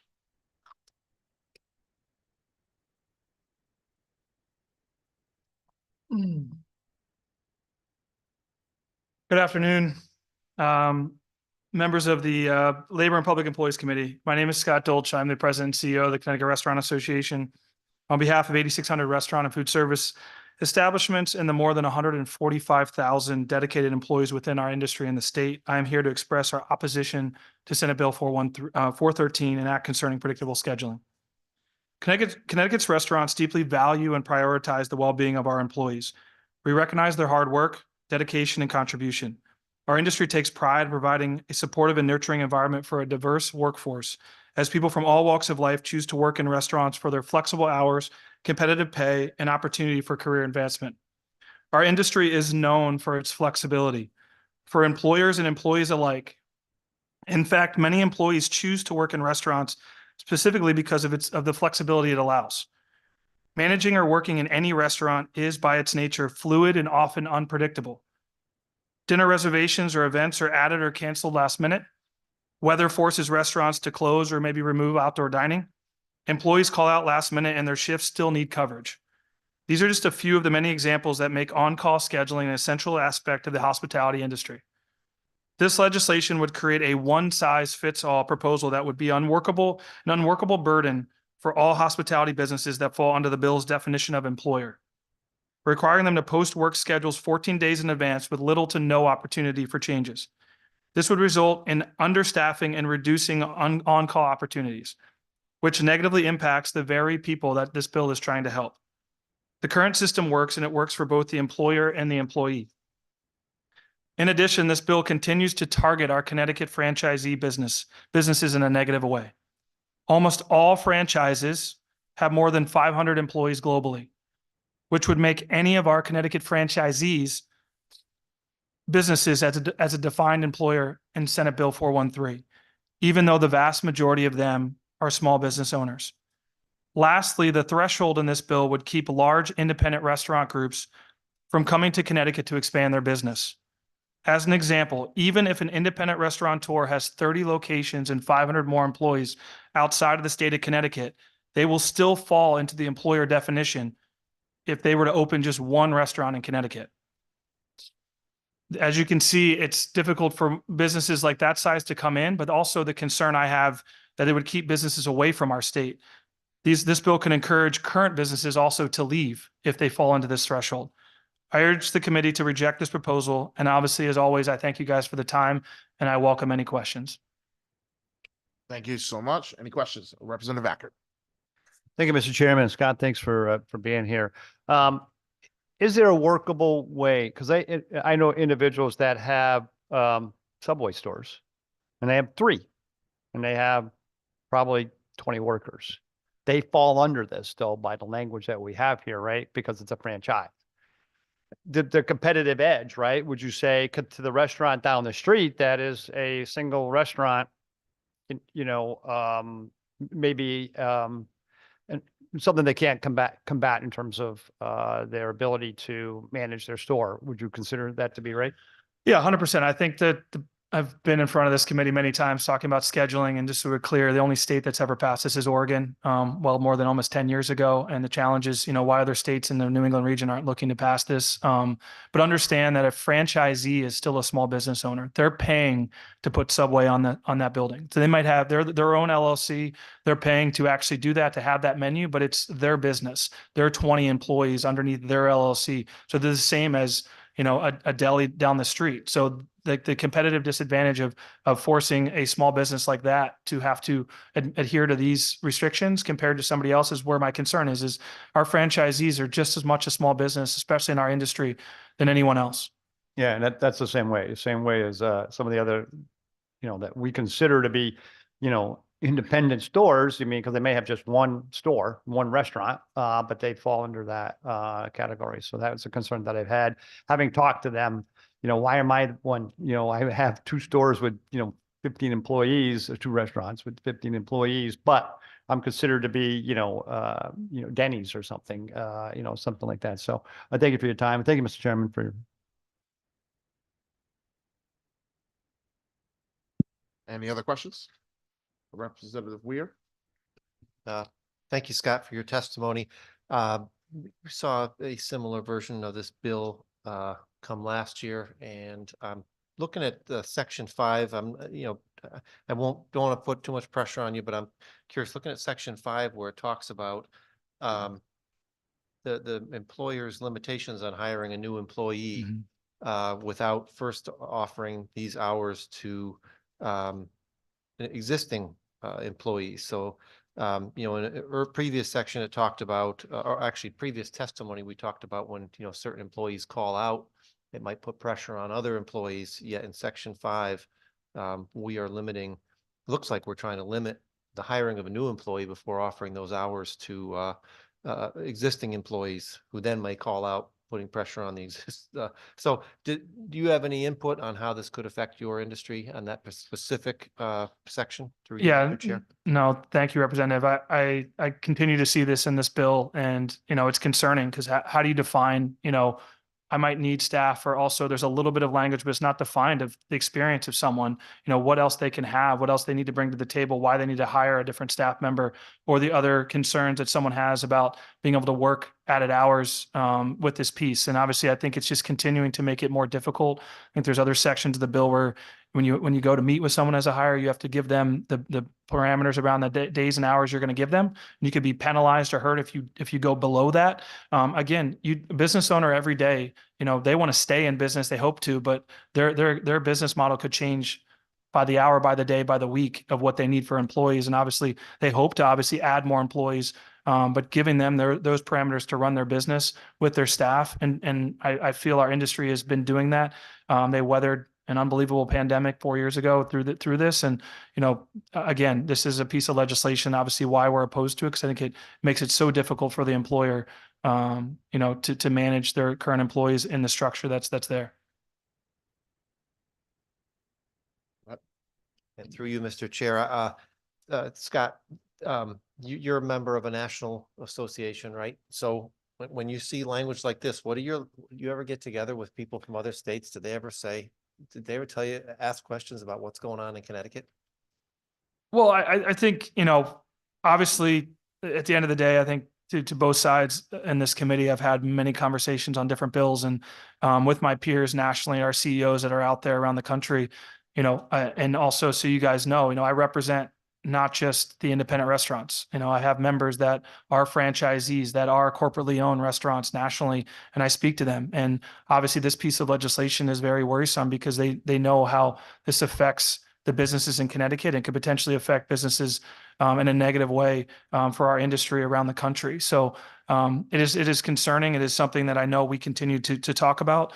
I will always be open to have open conversations, but the way that this language is written right now, it is going to do extensive harm to our businesses in the hospitality sector, you know, and it won't actually, what I think, make it easier. The flexibility, like I mentioned in my own testimony, is why our industry is so viable. And understand, we can't control tomorrow. We don't know, how it will affect the businesses and what you need to call in and call out. We don't know if a pandemic's going to hit a week from now. So I think that we have to be very, cautious in my mind on putting legislation out like this.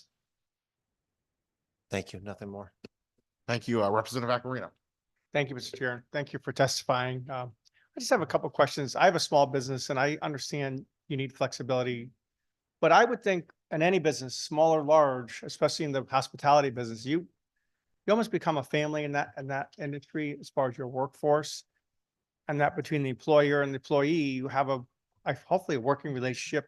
So I guess my question is, in the industry in Connecticut, I know a lot of restaurant workers and owners. I really never heard of this being an issue. Is there an issue where people said, I just can't do this anymore. I don't know my schedule. I can't live with this. Yeah, it's such a great question. This is not something our industry, kind of similar to some other bills I've been up here, is asking for. Our industry it's flexible. It's there.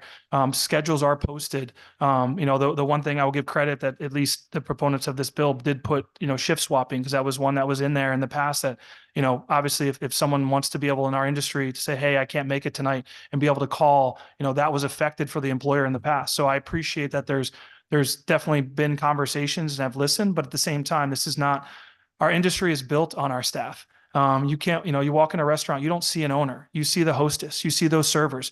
They give the image of what that restaurant is, what the cook is doing in the back, how the quality of the food. We don't have successful restaurants without the staff that we have. That's why we're the customer service industry, we're the hospitality industry.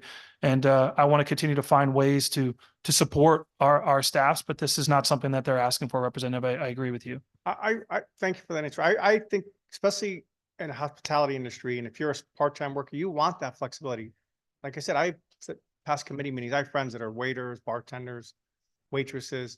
They love the flexibility. If it's a full-time job, yeah, you want those set hours. If it's a part-time job, you many times need the flexibility. I have one more question in Section 7, and it's subject to provisions inclusive of this act, to keep accurate records for not less than 3 years of the shifts people work.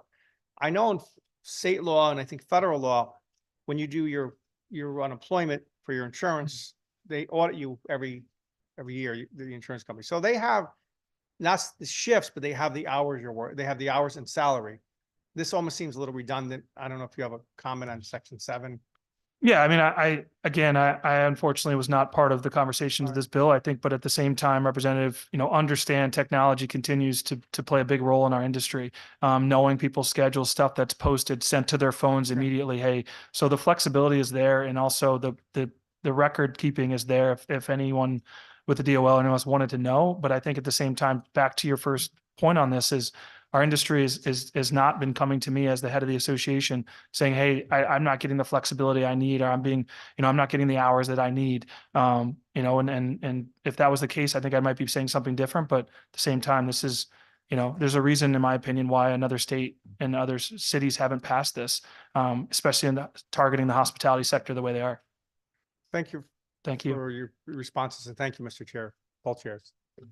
Thank you. Any other questions? Seeing none.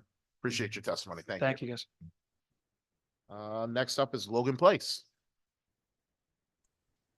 Good afternoon, members of the Labor Committee. My name is Logan Place. I'm a staff coordinator for CBAC, the State Employees Bargaining Agent Coalition, a coalition of state employee unions representing approximately 45,000 state employees. I want to thank you for the opportunity to offer the following testimony on behalf of CBAC. First, CBAC offers its support for SB 414, an act concerning equity in state employment. CBAC and the CBAC Racial Justice Committee strongly believe that public services provided by state employees are essential to advancing equity and dismantling structural racism. From education to mental health and addiction services and many more, public services are essential to all working class families, and particularly those from underserved communities. We also know, however, that governments have acted in ways that reinforce structural racism and inequities, sometimes intentional, sometimes not. This bill, including the provisions on developing equity plans to identify and address inequities in the delivery of service, will better position state agencies to advance the important goal of creating a more equitable Connecticut. In addition, we strongly support the provisions in the bill that advance equity in the workplace. While we know that racial and gender pay gap in state employment is lower than in the private sector, we should not accept any level of pay disparity. We also know that there is work to be done in recruitment and retention of underrepresented groups in certain job classifications, and that implicit biases continue to negatively impact the state workforce. This bill takes important steps to address these concerns. Second, CBAC also supports SB 411, an act concerning temporary state employees and collective bargaining. This important legislation would allow seasonal workers to collectively bargain over their wages, benefits, and terms and conditions of employment by including them in an existing bargaining unit that already covers permanent employees who perform the same or similar work. Third, CBAC supports the Connecticut for All Equity agenda, which includes HB 5470, an act concerning rideshare and delivery driver minimum standards, which you have already heard powerful testimony on today from numerous drivers. Again, thank you for the opportunity to testify on behalf of CBAC in support of SB 411, SB 414, and HB 5470. Thank you. Any questions? Seeing none, thank you for your testimony. We're going to move down to Vale Courtnet. You've got the floor. Good afternoon. My name is Vale Conant, and I'm here representing Region 9A of the United Auto Workers, headquartered in East Hartford and representing tens of thousands of members in Connecticut, the Northeast, and Puerto Rico. We are proud members of the Connecticut for All Coalition, Connecticut AFL-CIO, and I testify today in enthusiastic support of HB number 5470, an act concerning rideshare and delivery driver minimum standards. The UAW represents a wide variety of members in Connecticut, including teaching and research assistants at UConn, dealers at Foxwoods Casino, designers at Electric Boat, parts distribution workers at Ford, and much more. We don't all build cars, but we all believe in worker justice from bumper to bumper. And that's why we are proud to stand up today for our siblings who work as rideshare and delivery drivers in Connecticut. As a member of UAW Local 2320, which represents staff at legal services nonprofits in Connecticut and nationwide, I was a legal aid attorney for low-wage workers who experienced wage theft, sexual assault, and exploitation at work. Some of the worst worker exploitation I've seen has happened to app-based workers because they are unjustly excluded from basic labor and employment protections like the Civil Rights Act and even the federal minimum wage. The UAW has a proud history of fighting for civil rights over the past century, and we continue that work by fighting for our siblings who have been maliciously carved out of basic civil rights protections by corporate greed. We are proud that UAW President Walter Reuther bailed Martin Luther King Jr. out of the Birmingham jail, and we will not stand idly by when millions of workers nationwide, in many cases making their livings by driving the cars we build, are unable to access justice under the Civil Rights Act that Dr. King himself fought for. This bill is an important first step in extending basic rights to these workers who have described to you today the exploitation they face every day. There is no reason, especially in the year 2024, that any worker should face a minimum wage of $0.00. Connecticut has an opportunity to lead the fight to put people over profits by boosting pay for some of the state's lowest paid workers and requiring transparency for ultra-profitable mega corporations making millions in the state. If we don't stand up for the rights of rideshare and delivery drivers today, the same corporate greed that's keeping these workers unprotected and underpaid is coming for all of our jobs next. We're already seeing the Uberification of other industries, turning what were once good middle-class jobs into nothing more than 21st century piecework. Our union has been fighting battles like this since the 1930s, and we are not stopping. So to our fellow auto workers, we want you to know that we stand with you and support this bill to win the rights you deserve. A nuestros compas trabajadores de auto, queremos que sepan que estamos con ustedes en la lucha y apoyamos esta propuesta de ley para ganar los derechos que se merecen. Thank you so much, the Labor Committee, for your time. Thank you. Are there any questions? Representative Hughes. Thank you so much, and thank you so much, Vale, for really casting this as a civil rights issue and a worker justice issue. I want to thank UAW for standing for the entire industry, as you said, bumper to bumper. It is time to update our minimum workforce protections. I just wanted to know if you had any further comments about today being Equal Pay Day. That is an excellent point. Yes, Equal Pay Day is the day marking the pay gap, the gender pay gap in the U.S. workforce. And that is so critical. Our wage and hour laws don't apply to independent contractors. And so the app-based workers, gig economy workers are totally carved out of basic wage and hour protections, and certainly protections around gender-based discrimination as well. So this is such a critical issue. Fighting for these workers to receive basic labor employment protections is so critical to gender equity, to racial justice, and so many other issues that we have been fighting for, like I said, for generations. So thank you so much, Representative Hughes, for your support. I really appreciate the question. Thank you. I'm good, Mr. Chair. Thank you. Any other questions? Seeing none, thank you for your testimony. We're going to move on to Patrick Litter. Good afternoon, Mr. Chair and the rest of the committee. Thank you for giving me the opportunity to speak here today. I'm here to speak in support of SB number 412, an act concerning the protection of warehouse workers in the state. My name is Patrick Leonard. I'm an organizer with the Teamsters Local 251 in Providence, Rhode Island. I cover most of Southern New England, working closely with Teamsters from Local 671 in Bloomfield and 443 in New Haven. I got my start in this industry at UPS, and I've seen firsthand the impact Amazon has had on workers. At UPS, I started as a package car driver, but when business was slow, I worked inside the warehouse, loading and unloading trailers. It's brutal work, exhausting, but we had a union and a collective bargaining agreement to ensure we got a fair day's pay for a fair day's work. And we had a voice to stand up to unsafe practices. None of that was gifted to us. Generations of Teamsters have organized and gone on strike to establish industry standards that have made warehouse and logistic jobs a stable and rewarding career. Amazon is undercutting all of that. Amazon's uses of quotas or rate to push workers faster and faster. Oftentimes, workers don't know exactly what quota they have to meet or how close they are to getting there. When you're rushing like that, you can pull a muscle trying to lift a box that is heavier than you expect. You can get a concussion when a box falls on you. You can smash your hand between carts. You can slip or trip on a package and fall. There are so many ways to get hurt in a warehouse if you're forced to put production ahead of your safety.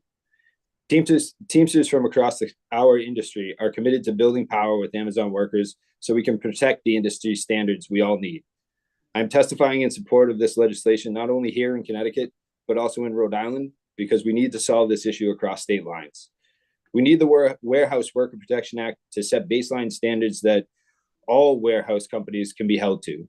You shouldn't have to choose between your safety and keeping your job. You shouldn't have to choose between taking your break and making rate. So again, I'm here testifying in support of Bill SB 412 and asking this committee to please pass the Warehouse Worker Protection Act and ensure that secret and extreme quotas are not allowed in Connecticut. I'd be happy to answer any questions. Thank you. Is there any questions? Representative Hughes. Thank you, Mr. Chair. Patrick, where's the status of this fight in Rhode Island? Can you tell us a little bit more about that? So we had a hearing a few weeks ago in the House. It is actually, I'll be testifying tomorrow in the Senate on the same bill in Rhode Island. Excellent. So it's basically the same minimum protections that we're trying to get across state lines, and because we have warehouses right on the border, and so we're definitely vulnerable if we don't pass some basically regional minimum protections. That's correct, Representative. We're also actually seeing in Johnson, Rhode Island, which is very close to the border of Connecticut as well, one of the largest warehouses in the country, and or the third largest in the country and the largest in New England from Amazon that is set now to open in December. So we're trying to take every measure we can to protect these workers. Thank you. Thank you for your testimony. I'm good, Mr. Chair. Thank you. Any other questions? Seeing none, thank you for your testimony. We're going to move down to Nick Tilling.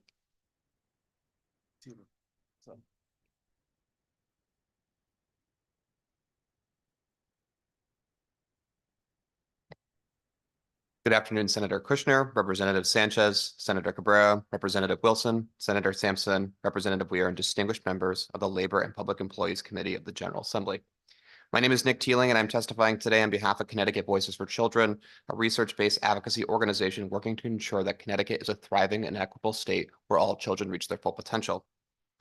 Senate Bill 413 will require employers to provide employees with 2 weeks' notice of an upcoming work schedule. Should the employer need to make changes to the schedule less than 7 days prior to the first shift, employers will have to pay an employee an additional hour of pay. If an employer reduces the number of hours in a scheduled shift after the employee reports to work or cancels the shift altogether less than 7 days before the shift starts, employers would pay 1/2 the employee's regular rate of pay for the scheduled hours. Connecticut Voices for Children supports Senate Bill 413. Unpredictable schedules are negatively impacting the early care and education system such that providers are unable to plan for the number of children on a given day due to the parents being called in or off work. As a result, they're unable to plan for the wages they will earn and if said wages will be enough to sustain themselves. This instability contributes to the high rates of attrition in the ECE industry, causing it to shrink continuously. Starting last April, the governor's Blue Ribbon Panel on Childcare made growing Connecticut's ECE workforce a major focus of their policy recommendations. One of the strategies that supported the retention and recruitment of high-quality early care providers was to provide more work-related benefits. Strong benefits matter for developing all workforce sectors, big and small, because they mitigate burnout within the workforce. Currently, the sector is hemorrhaging staff due to burnout and is struggling to attract individuals from entering the EC field and becoming early care educators. A low-cost benefit the state could enact, and something that early care educators have been calling for through the governor's Blue Ribbon Panel on Childcare, is a predictable scheduling policy that allows EC providers the opportunity to schedule their time in a way that provides reliable revenue. Predictable scheduling practices would bring more stability to the lives of EC educators, who currently work hard in an industry that is increasingly underpaid, where few providers offer retirement benefits, health insurance, benefit packages, or paid days off. A predictable work schedule would allow providers the ability to know how much money they'll earn each week and whether that amount will be sufficient to make ends meet. It also allows providers to be planful about engaging in a second job any given week to supplement their income, or whether they have the time and resources to go back to school and improve their employment prospects. Predictable scheduling would also benefit workers from outside the ECE field, particularly women and workers of color in Connecticut who are experiencing wage gaps, limiting their ability to combat the largest cost of living increase we've experienced since the 1980s. CT Voice's 2023 State of Work in Connecticut report shows that the unadjusted average gender wage gap ranged from 93 cents at the 10th percentile to 78 cents at the 80th percentile. The unadjusted average Hispanic or Latina white wage gap ranged from 87 cents at the 10th percentile to 70 cents at the 80th percentile. And the unadjusted average black-white wage gap ranged from 80 cents at the 10th percentile to 65 cents at the 80th percentile. Without having more stability around their work schedules, women and workers of color have to make hard decisions of whether it makes more fiscal sense to go to work or exit the workforce altogether and provide their own childcare. Both of these things impact our economy. When a parent or caregiver knows exactly which days they need to go to work and can plan and budget ahead of time, it's good for early care educators and the ECE sector as well as the parents sending their children and respective sectors they work. Mr. Teeling, your time is almost up. Please conclude your remarks. Thank you, Mr. Clerk. We're grateful for the committee holding today's hearing that highlights an important benefit for workers across Connecticut that will give them greater control of their schedule and budgets and continue our collective work towards building the high-quality ECE system we know Connecticut is capable of and desires. For those reasons and more, Connecticut Voices supports and urges the committee to pass Senate Bill 413. Thank you for your time and your consideration. Thank you. Any questions? Representative Hughes. Oh, thank you, Mr. Chair. Thank you, Nick, for your testimony. What would you say, Connecticut Voices? I really hear how this would impact the early child care industry. But what would you say to opponents that say this is a one size fits all and would harm small businesses to enact this minimum? Well, I'd say that there are early child care providers who are small businesses as well. And through the governor's Blue Ribbon Panel on child care process, this was a benefit that they were encouraging. Again, this is a very low cost, easy solution for the state of Connecticut to act that would support retention in that industry, mitigate burnout, and continue to grow that industry in a way that we know is capable and is sorely needed, especially across Connecticut's child care deserts. And I guess my other question is, do you think that this unpredictability that is, it's not across every workplace, but it certainly it can be rampant just in time scheduling as it's been referred to in some areas. Do you think that's been normalized because it is mostly a highly female-led workforce that sort of has to take responsibility for those childcare and other, the other responsibilities? I'd hate to speculate. So stop No, to answer that question. that's fair. That's fair. I'm just, you talked about the wage gap, the highest percentile and why that persists. And part of the reason, some of the research shows is because, a lot of those women and communities of color that have to take responsibility for all of those things are not working as much, not working in, not advancing at the same rate because they can't. It's certainly cyclical. If you cannot plan to take care or provide, if you don't know your schedule and it's hard for you to plan for what your childcare needs are for the upcoming week, you have to make tough choices of whether or not working full-time at that job makes sense, how to even improve your own employment prospects. And in the state of Connecticut, where 44% of residents live in a childcare desert, yeah, it's certainly very hard to plan ahead when you're working in a place where the work schedule is unpredictable. Okay, thank you. Thank you for your testimony. That's helpful. Thank you. Any other questions? Seeing none, thank you for your testimony. Thank you. We're gonna move down to Adrian Rodriguez. Thank you, and good afternoon, Senator Kushner, Representative Sanchez, Senator Sampson, Representative Weir, and members of the Labor and Public Employees Committee.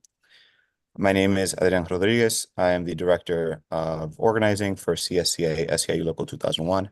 I will be reading the testimony of David Glidden, the Executive Director of CSCA, who could not be with us today due to a family matter. The testimony is as follows. My name is David Glidden, and I am the resident of Vernon, I am a resident of Vernon, and I proudly serve as the Executive Director for CSCA SEIU Local 2001, a labor union representing over 25,000 state, municipal, Board of Education, active and retired, public and private sector workers, including over 3,000 home-based childcare providers across the state. I offer the following testimony on behalf of CSCA, as well as all the other union locals and the State Employees Bargaining Agent Coalition, CBAC, in support of Senate Bill 411, an act concerning temporary state employees and collective bargaining. In the fabric of Connecticut's workforce, during 2003, there were over 1,200 temporary state employees, or more accurately, seasonal state employees, tirelessly working in roles as diverse as maintenance workers, lifeguards, seasonal park rangers, interpretive guides, first aid attendants, resource assistants, and many more. The overwhelming majority of Connecticut's seasonal state employees work in positions in which they are dedicated to ensuring the public's health and safety. The work done by seasonal employees, while necessary and valuable, overlaps with the work done by full-time permanent employees. Yet none of these workers enjoy the same collective bargaining rights as their full-time counterparts. The legislation before you would automatically place seasonal state employees in the appropriate state bargaining unit upon the request of the exclusive representative of a bargaining unit. Our ask is simple. Seasonal state employees should not be excluded from collective bargaining contracts, but should instead be treated the same as other workers in state service. The challenges faced by seasonal employees are manifold. Firstly, many are subject to a cycle of employment instability, being laid off without pay for 3 months after 6 months of work, leading to significant financial strain for them and their families. Secondly, the wages for seasonal employees are notably low, making it difficult for them to sustain themselves, let alone aspire to permanent full-time positions with the state. This not only affects the morale and well-being of workers, but also hampers the state's ability to retain skilled and train employees who could potentially transition into permanent full-time roles. Additionally, if seasonal employees do eventually transition into permanent positions, their pension tiers are often altered, not necessarily to their benefit.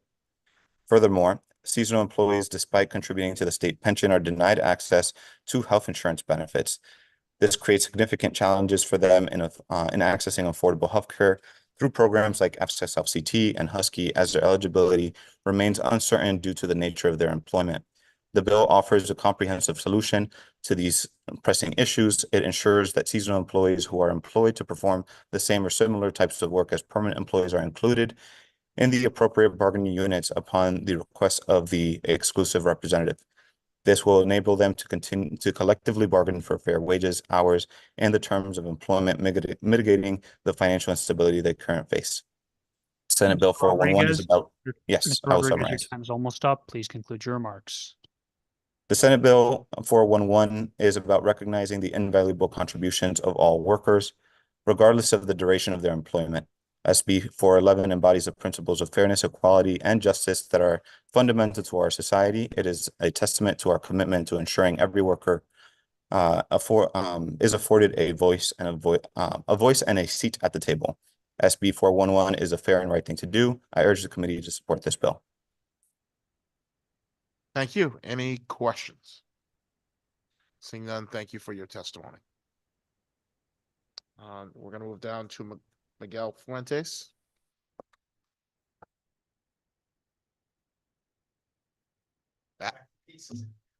Absolutely, let's do it.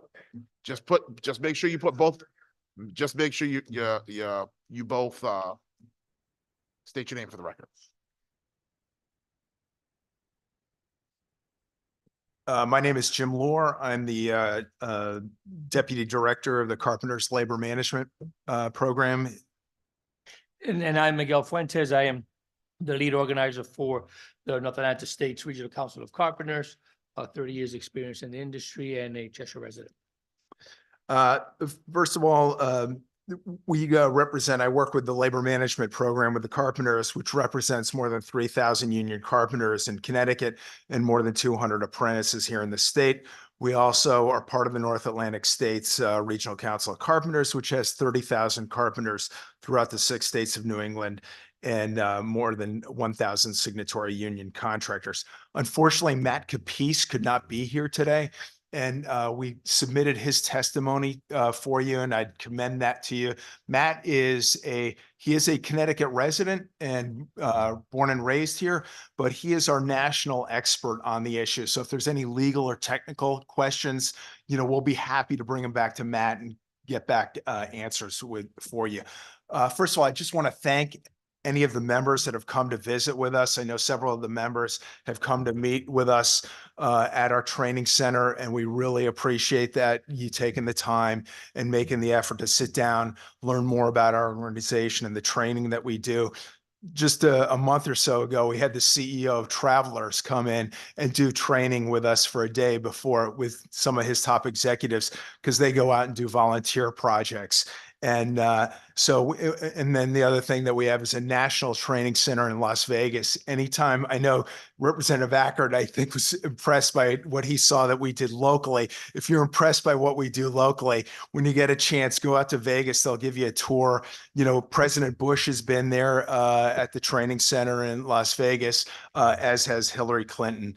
We cover all sides, and we're very proud of that. Our union membership is very diverse that way. Matt couldn't be here today, so I commend you his testimony, but I just wanted to point out a couple things. We were here last year with a similar bill, passed it through committee. We had made some changes, though, and I just want to point those out because I know I saw some of the testimony. I'm not sure if they were aware of it or not, but Senator Sampson last year had pointed out the issue in terms of homeowners and small residential contractors. So we specifically had language in there that exempts homeowners and residential projects that are 15 units or less. Okay. Also, the bill requires a 10-day notice for contractors prior to bringing a civil action, which gives contractors. And I just want to also point out that it does not mandate or require a subcontractor to get provide certified payrolls. The general contractor may ask the subcontractor, may request payrolls. And that makes a big difference. I know several of you have background and experience in construction. You're a general, you know a lot of the subs that you work with routinely. You may not feel like you have to ask for certified payrolls from them, but maybe you have somebody new who's come in and been on the job and you're not familiar with them, and just to provide a little bit of insurance, that's what it's there for. The whole reason we're here on this and on this issue, and I know about 10 other states have passed the law, is because of the problems of wage theft, tax fraud, workers' compensation fraud that have plagued this industry. You know, there was a recent study, national study that came out, but it broke it down state by state. In Connecticut, it said that up to 28% of the construction workforce is paid off the books or misclassified as independent contractors, resulting in 146 million in lost state and federal revenue, 117 million in unpaid workers' comp premiums, and 30 million in overtime wage theft, which is why we're here today on the bill on the wage theft. But more importantly, not only the study, but earlier this year, the U.S. Treasury Department's Financial Crimes and Enforcement Units issued a notice to banks and other financial institutions regarding payroll fraud in the residential and commercial construction industry. It just said that, you know, this has become such a growing problem, and state and federal tax authorities lose hundreds of millions of dollars to these schemes, which are perpetrated by illicit actors, primarily through banks and check cashers.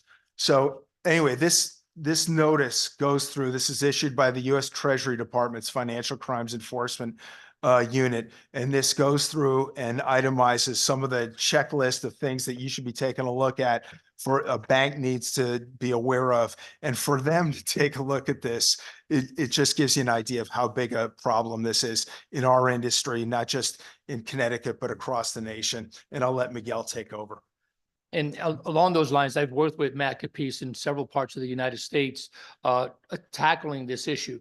And I've noticed in many communities that don't have at least minimum standards or responsibility going up the chain, there's a large negative impact for those communities, whether it was Overtown in Miami or Paramore in Orlando, or even in the Ninth Ward in Louisiana, which I worked in, or Colorado. You'll notice that people in that community are usually kept out of the equity that would be generated from those projects, because people are doing it in a way that they can do it as economically as possible, but they're doing that by not paying the burdens, by not adhering to the laws, by not doing the things that other legitimate contractors would be doing and giving equity in higher area residents.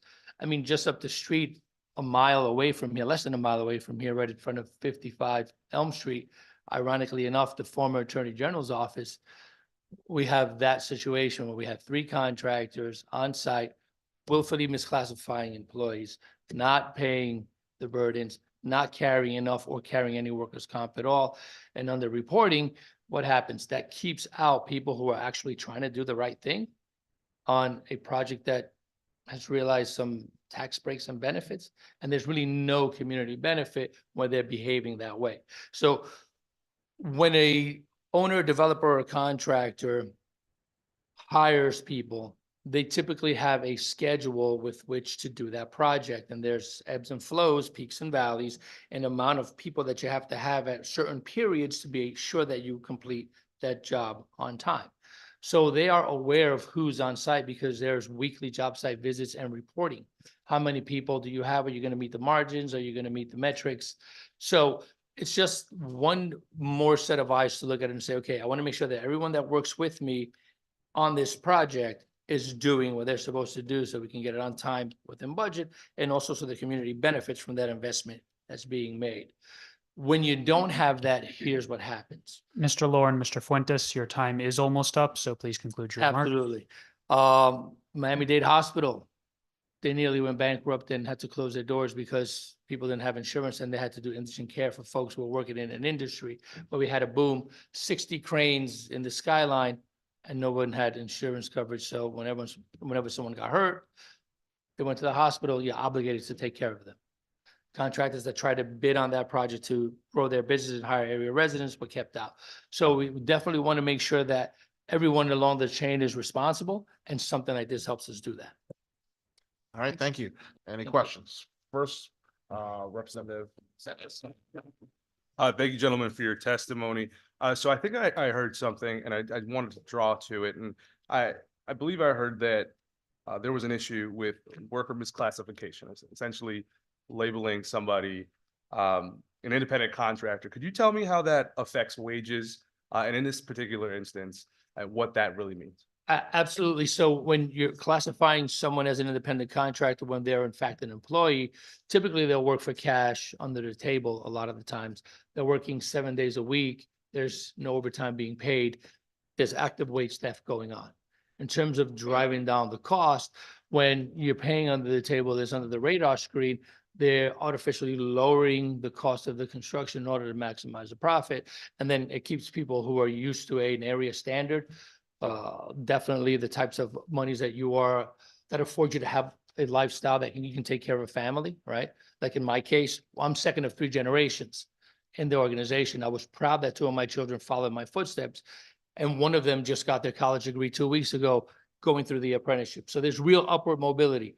When you have the cash payment, you don't have that infrastructure to support not only the type of people you're trying to develop in the industry, but how is a contractor going to attract the talent and, more importantly, keep them here when the wages are being driven lower and lower all the time as a spiral to the bottom.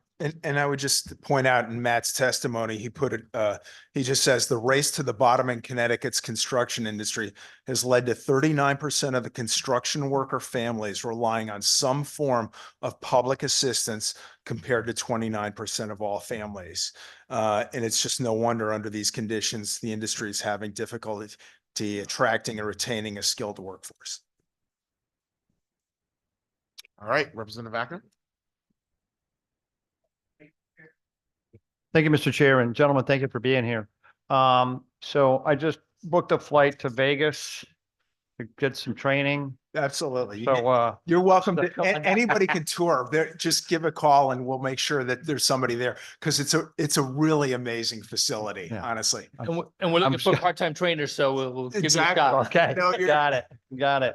So let me try to unravel can you just kind of, what jobs do these, what facilities do these pertain to? It's like, if, because I read through it, doesn't really classify, are there prevailing wage projects typically, or any kind of construction project? This is only private. This already happens on prevailing rate. Yeah, it's already prevailing wage is Prevailing already. rate, they go up the chain, they do that now. Okay. But this is only on private. Good. That's what I wanted to So- get so that it's just narrow because classification. that's- So There's much more of a problem. There's still some issues sometimes on a public job, but it's much less frequent than it is on the bigger private jobs. So if I'm a developer, I'm the developer of a project, and I'm also the general contractor, say. So who I hire is who I hire. So that's a separate, because I'm already the general contractor. So if I hire, Steve's sheetrock company, a drywall company, then that's a relationship that I have built with them, essentially, correct? But if I'm private company, I'm trying to just capture who's affected by this, I say, essentially. So if I'm the general contractor and I've hired that sheetrock, or am I worried about the wages of those individuals? How does that play out in this? So let's say you're a general contractor, typically, you have relationships with a bunch of people that you typically pre-qualify and you rely on. Now that contractor doesn't have the capacity because they're overcommitted, and you have to rely on someone new. That's where you start running into the trouble, because you are trying to get it done. They look on paper to be legit, everything looks fine, but you never really had any experience with them. And then they're portraying one thing when in fact behaving in another way. They're not employees, they're subcontractors. They all show up on the job. And all they did was, you hired him, he hired them, and nobody really knows who's who or what's what, and he pays them under the table. Mm-hmm. So anyone who is trying to develop some business with you, who is actually doing it the right way and are behaving the way they portray it, are kept out of that. and the people who work for them. So essentially, the affected individual is the worker. Typically the worker and the legitimate contractor trying to break into the industry or develop a relationship with someone that he's trying to build his business with. Yeah. So now I believe the legislation in the past dealt with, I thought job stoppage. No, this is separate, right? This is a completely, we're going to a different angle now with this, right? Yeah. And then when I did look at the piece that you mentioned, may request, section 2. Yeah. May request from a subcontractor, but the subcontractor then by this legislation is required to provide their wage information, correct? Yep. The way I read it? Yep. Is that typical in any? Well, it is on public jobs. Yes. It is on public Yeah, job, on public correct? jobs. And Oh, yeah, because you have to do it. Exactly. Yeah, I know. I've Exactly. done prevailing wage and Exactly. try to Exactly. So, have to hire a separate person just to do the paperwork on those things, but but in but- a way, this is just insurance for the GC. So Yeah, they that's right. don't, That's right. get screwed by the new sub. And if I may, in some of my experience, particularly in the Miami market where they called it the Wild West. So that contractor that you hired would disappear. So nobody knew who was supposed to pay this person. And then you would find 6 months later, 9 months later, they reorganize, get a new business, and they're back on the scene. And they never paid the wages that they owe those workers because the workers didn't know who to go after, right? It becomes a word of mouth and come on over, we can work on this place and get so much an hour cash. And when the responsible party disappears, they're left without any recourse, right? Because they don't know who to go talk to get their money back until they resurface with another name. Now, in the prevailing wage rule, we have a project threshold typically in many cases. Has this got a project threshold? I don't see that. Well, the only one it does is on the residential stuff, because that was, Senator Sampson had made that point last year, and we thought that was a reasonable in terms of, size wise, that a homeowner might get caught up in this, or, a small residential developer, mom and pop kind of thing. So we thought this was a way to address that, so it would only impact, the larger residential jobs, so. I think not to spin it around a little bit, but in some cases, it's the smaller projects that you find there's a problem on them than some of the bigger projects, but that's a different conversation. That's in a different committee I'm in. So, I think that's it. I'm gonna have to, I'll probably reach out to Jim because Jim's been a great resource for me to ask questions on this. So I'll stop. And we'll get more information to you. I mean, we don't pretend to be experts on how it's worked in the 9 or 10 other states before. So that would be interesting information. I want to get that from Matt myself, in terms of, because it's not like construction has come to a halt in, all these states, because this law is passed. But I want to get a little more detailed information in terms of the mechanics, so you guys can feel a little bit more comfortable. Yeah, with what we're primarily, doing. and Jim, it's lines 116 through 133. So when the subcontractor fails to pay an employee for labor performed within the scope of a construction contract, I mean, the employee typically doesn't have a contract with with their boss.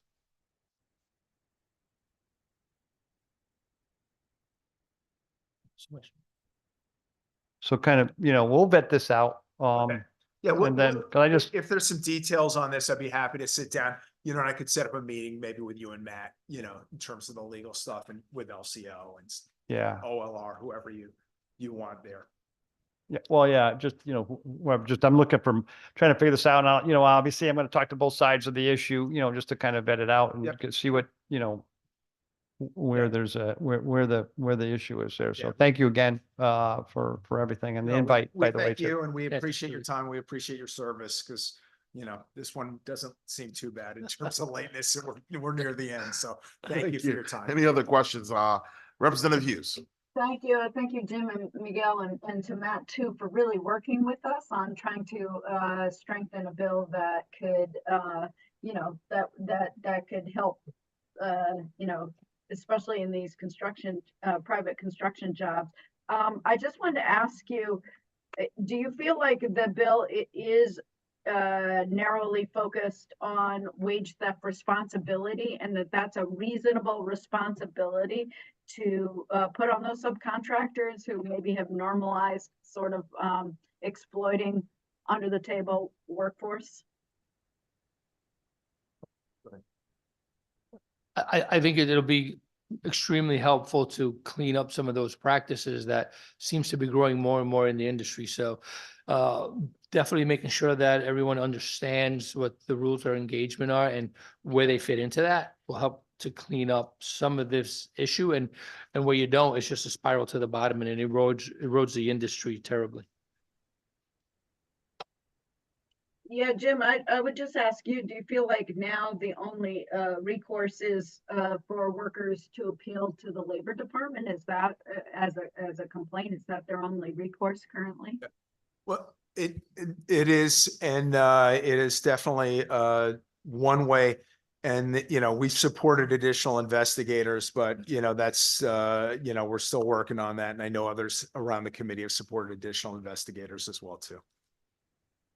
Yeah, so it sounds like together, these two pieces of legislation can really clean up a part of the industry that maybe has been flowing under the radar and exploiting people. I'm really curious as to what it costs the state for those folks, not those subcontractors or whatever that are paying under the table, to not be paying into workers' comp or, you know, That's in the study I mentioned to you, and it's there's a link to it in Matt's testimony. So that has a state-by-state breakdown. So okay, that'll be really helpful. And also, I've just heard from some of the New Haven medical providers that they're treating injured workers that are exactly falling under this category of private, you know, and it's landing on you know, these folks that are injured, they're not covered by workers' comp because, right, you know. and that's what the second injury fund is. But at the end of the day, we all pay for it. And especially the businesses, whether they're union or non-union, you know, who pay the full freight. So that's, you know, it just makes it worse for those folks who play by the rules. That's right. Thank you. And I just really appreciate that you're illuminating the costs, both public and private, to not doing this, doing this minimal responsibility for wage theft protection. So I appreciate that. And I look forward to that study. Thank you. You got it. Thanks, Representative Hughes. Thank you. Any other questions? Seeing none, thank you guys for the testimony. Great. Thank you so much. Next up, we're going to go down to Alex Moore.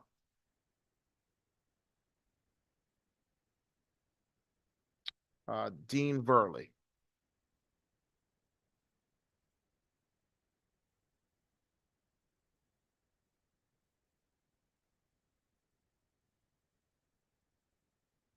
Good afternoon.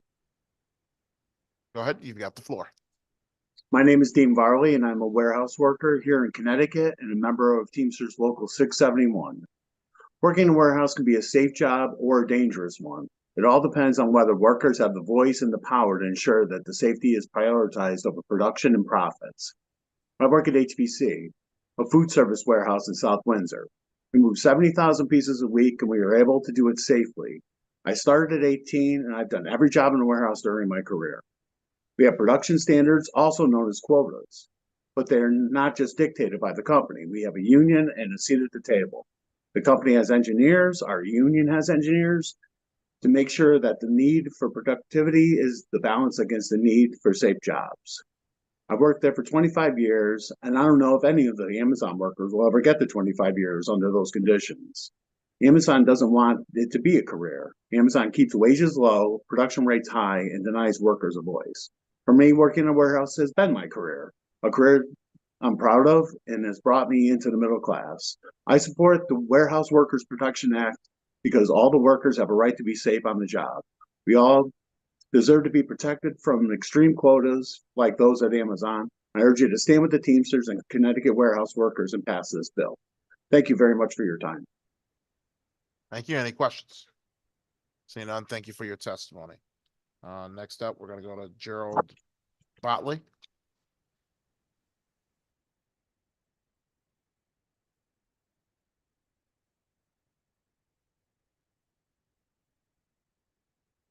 You're going to press that top button and you have the floor. Good afternoon, gentlemen. My name is Gerald Botley. I'm a member of Teamster Local 145. I'm here today to support SB 412, an act of concerning of the protection of the warehouse workers. I worked in the warehouse for 2 years, and my experiences there are a lot of unsafety actions within the warehouse, a lot of instructions that was given out, as in meeting certain quotas at a certain percentage that was not in contract between the company and the union. 4 employees at this facility have gotten injured due to trying to keep up with quota. Also other unsafety acts are like having employees stand on pallets while they are lifting up forklifts. The biggest thing in the warehouse that also makes it unsafe is when we speak up. This company also always say speak fearlessly, but when we speak up, they fire, retaliate for whistleblowing. So it makes the other guys in the warehouse scared and unsafe to work there, for them to speak up and to bring the matters to the chain of command. So. Thank you for your testimony. Any questions? Representative Acker. Yeah, thank you for being here. Appreciate it. Thank you for taking the time. You said you are with a union local 145? Yes, sir. So and I don't know that one. I don't know that local. Can you explain that local? So Teamster 145, we're out of Stratford, Connecticut. We work for different companies. One of the companies is Pepsi-Cola Beverage. And I think it's Sikorsky also, I believe. I'm not sure. Okay. So. And how big is that? How big is your local? Do you know? It's not really that big. Okay. I think it covers from, Stratford, Shelton, and Bridgeport. And it's primarily warehouse. Yes. Okay. Yes, sir. And are you in that same warehouse now that you just spoke of, or are you in a different warehouse now? Well, I was wrongfully terminated due to me speaking up. And you're keeping it up. You're keeping up the charge here. Yes, So, yeah. because right after my wrongfully termination, they wrongfully terminated 2 other employees for also speaking up. Okay. All right. Maybe without, what was the type of warehouse? You don't have to give the name. What's the type of warehouse? It was receiving and picking. Receiving. Pepsi-Cola, yes. Okay. Okay. That's it. Again, thank you for being here. Appreciate it. Thank you. Any other questions? Thank you for coming to testify today and speaking up. So we appreciate it. At this time, is there anyone who hasn't had the opportunity to testify? Seeing none, I'm going to call this public hearing to a close and thank everyone for being here. Have a good one.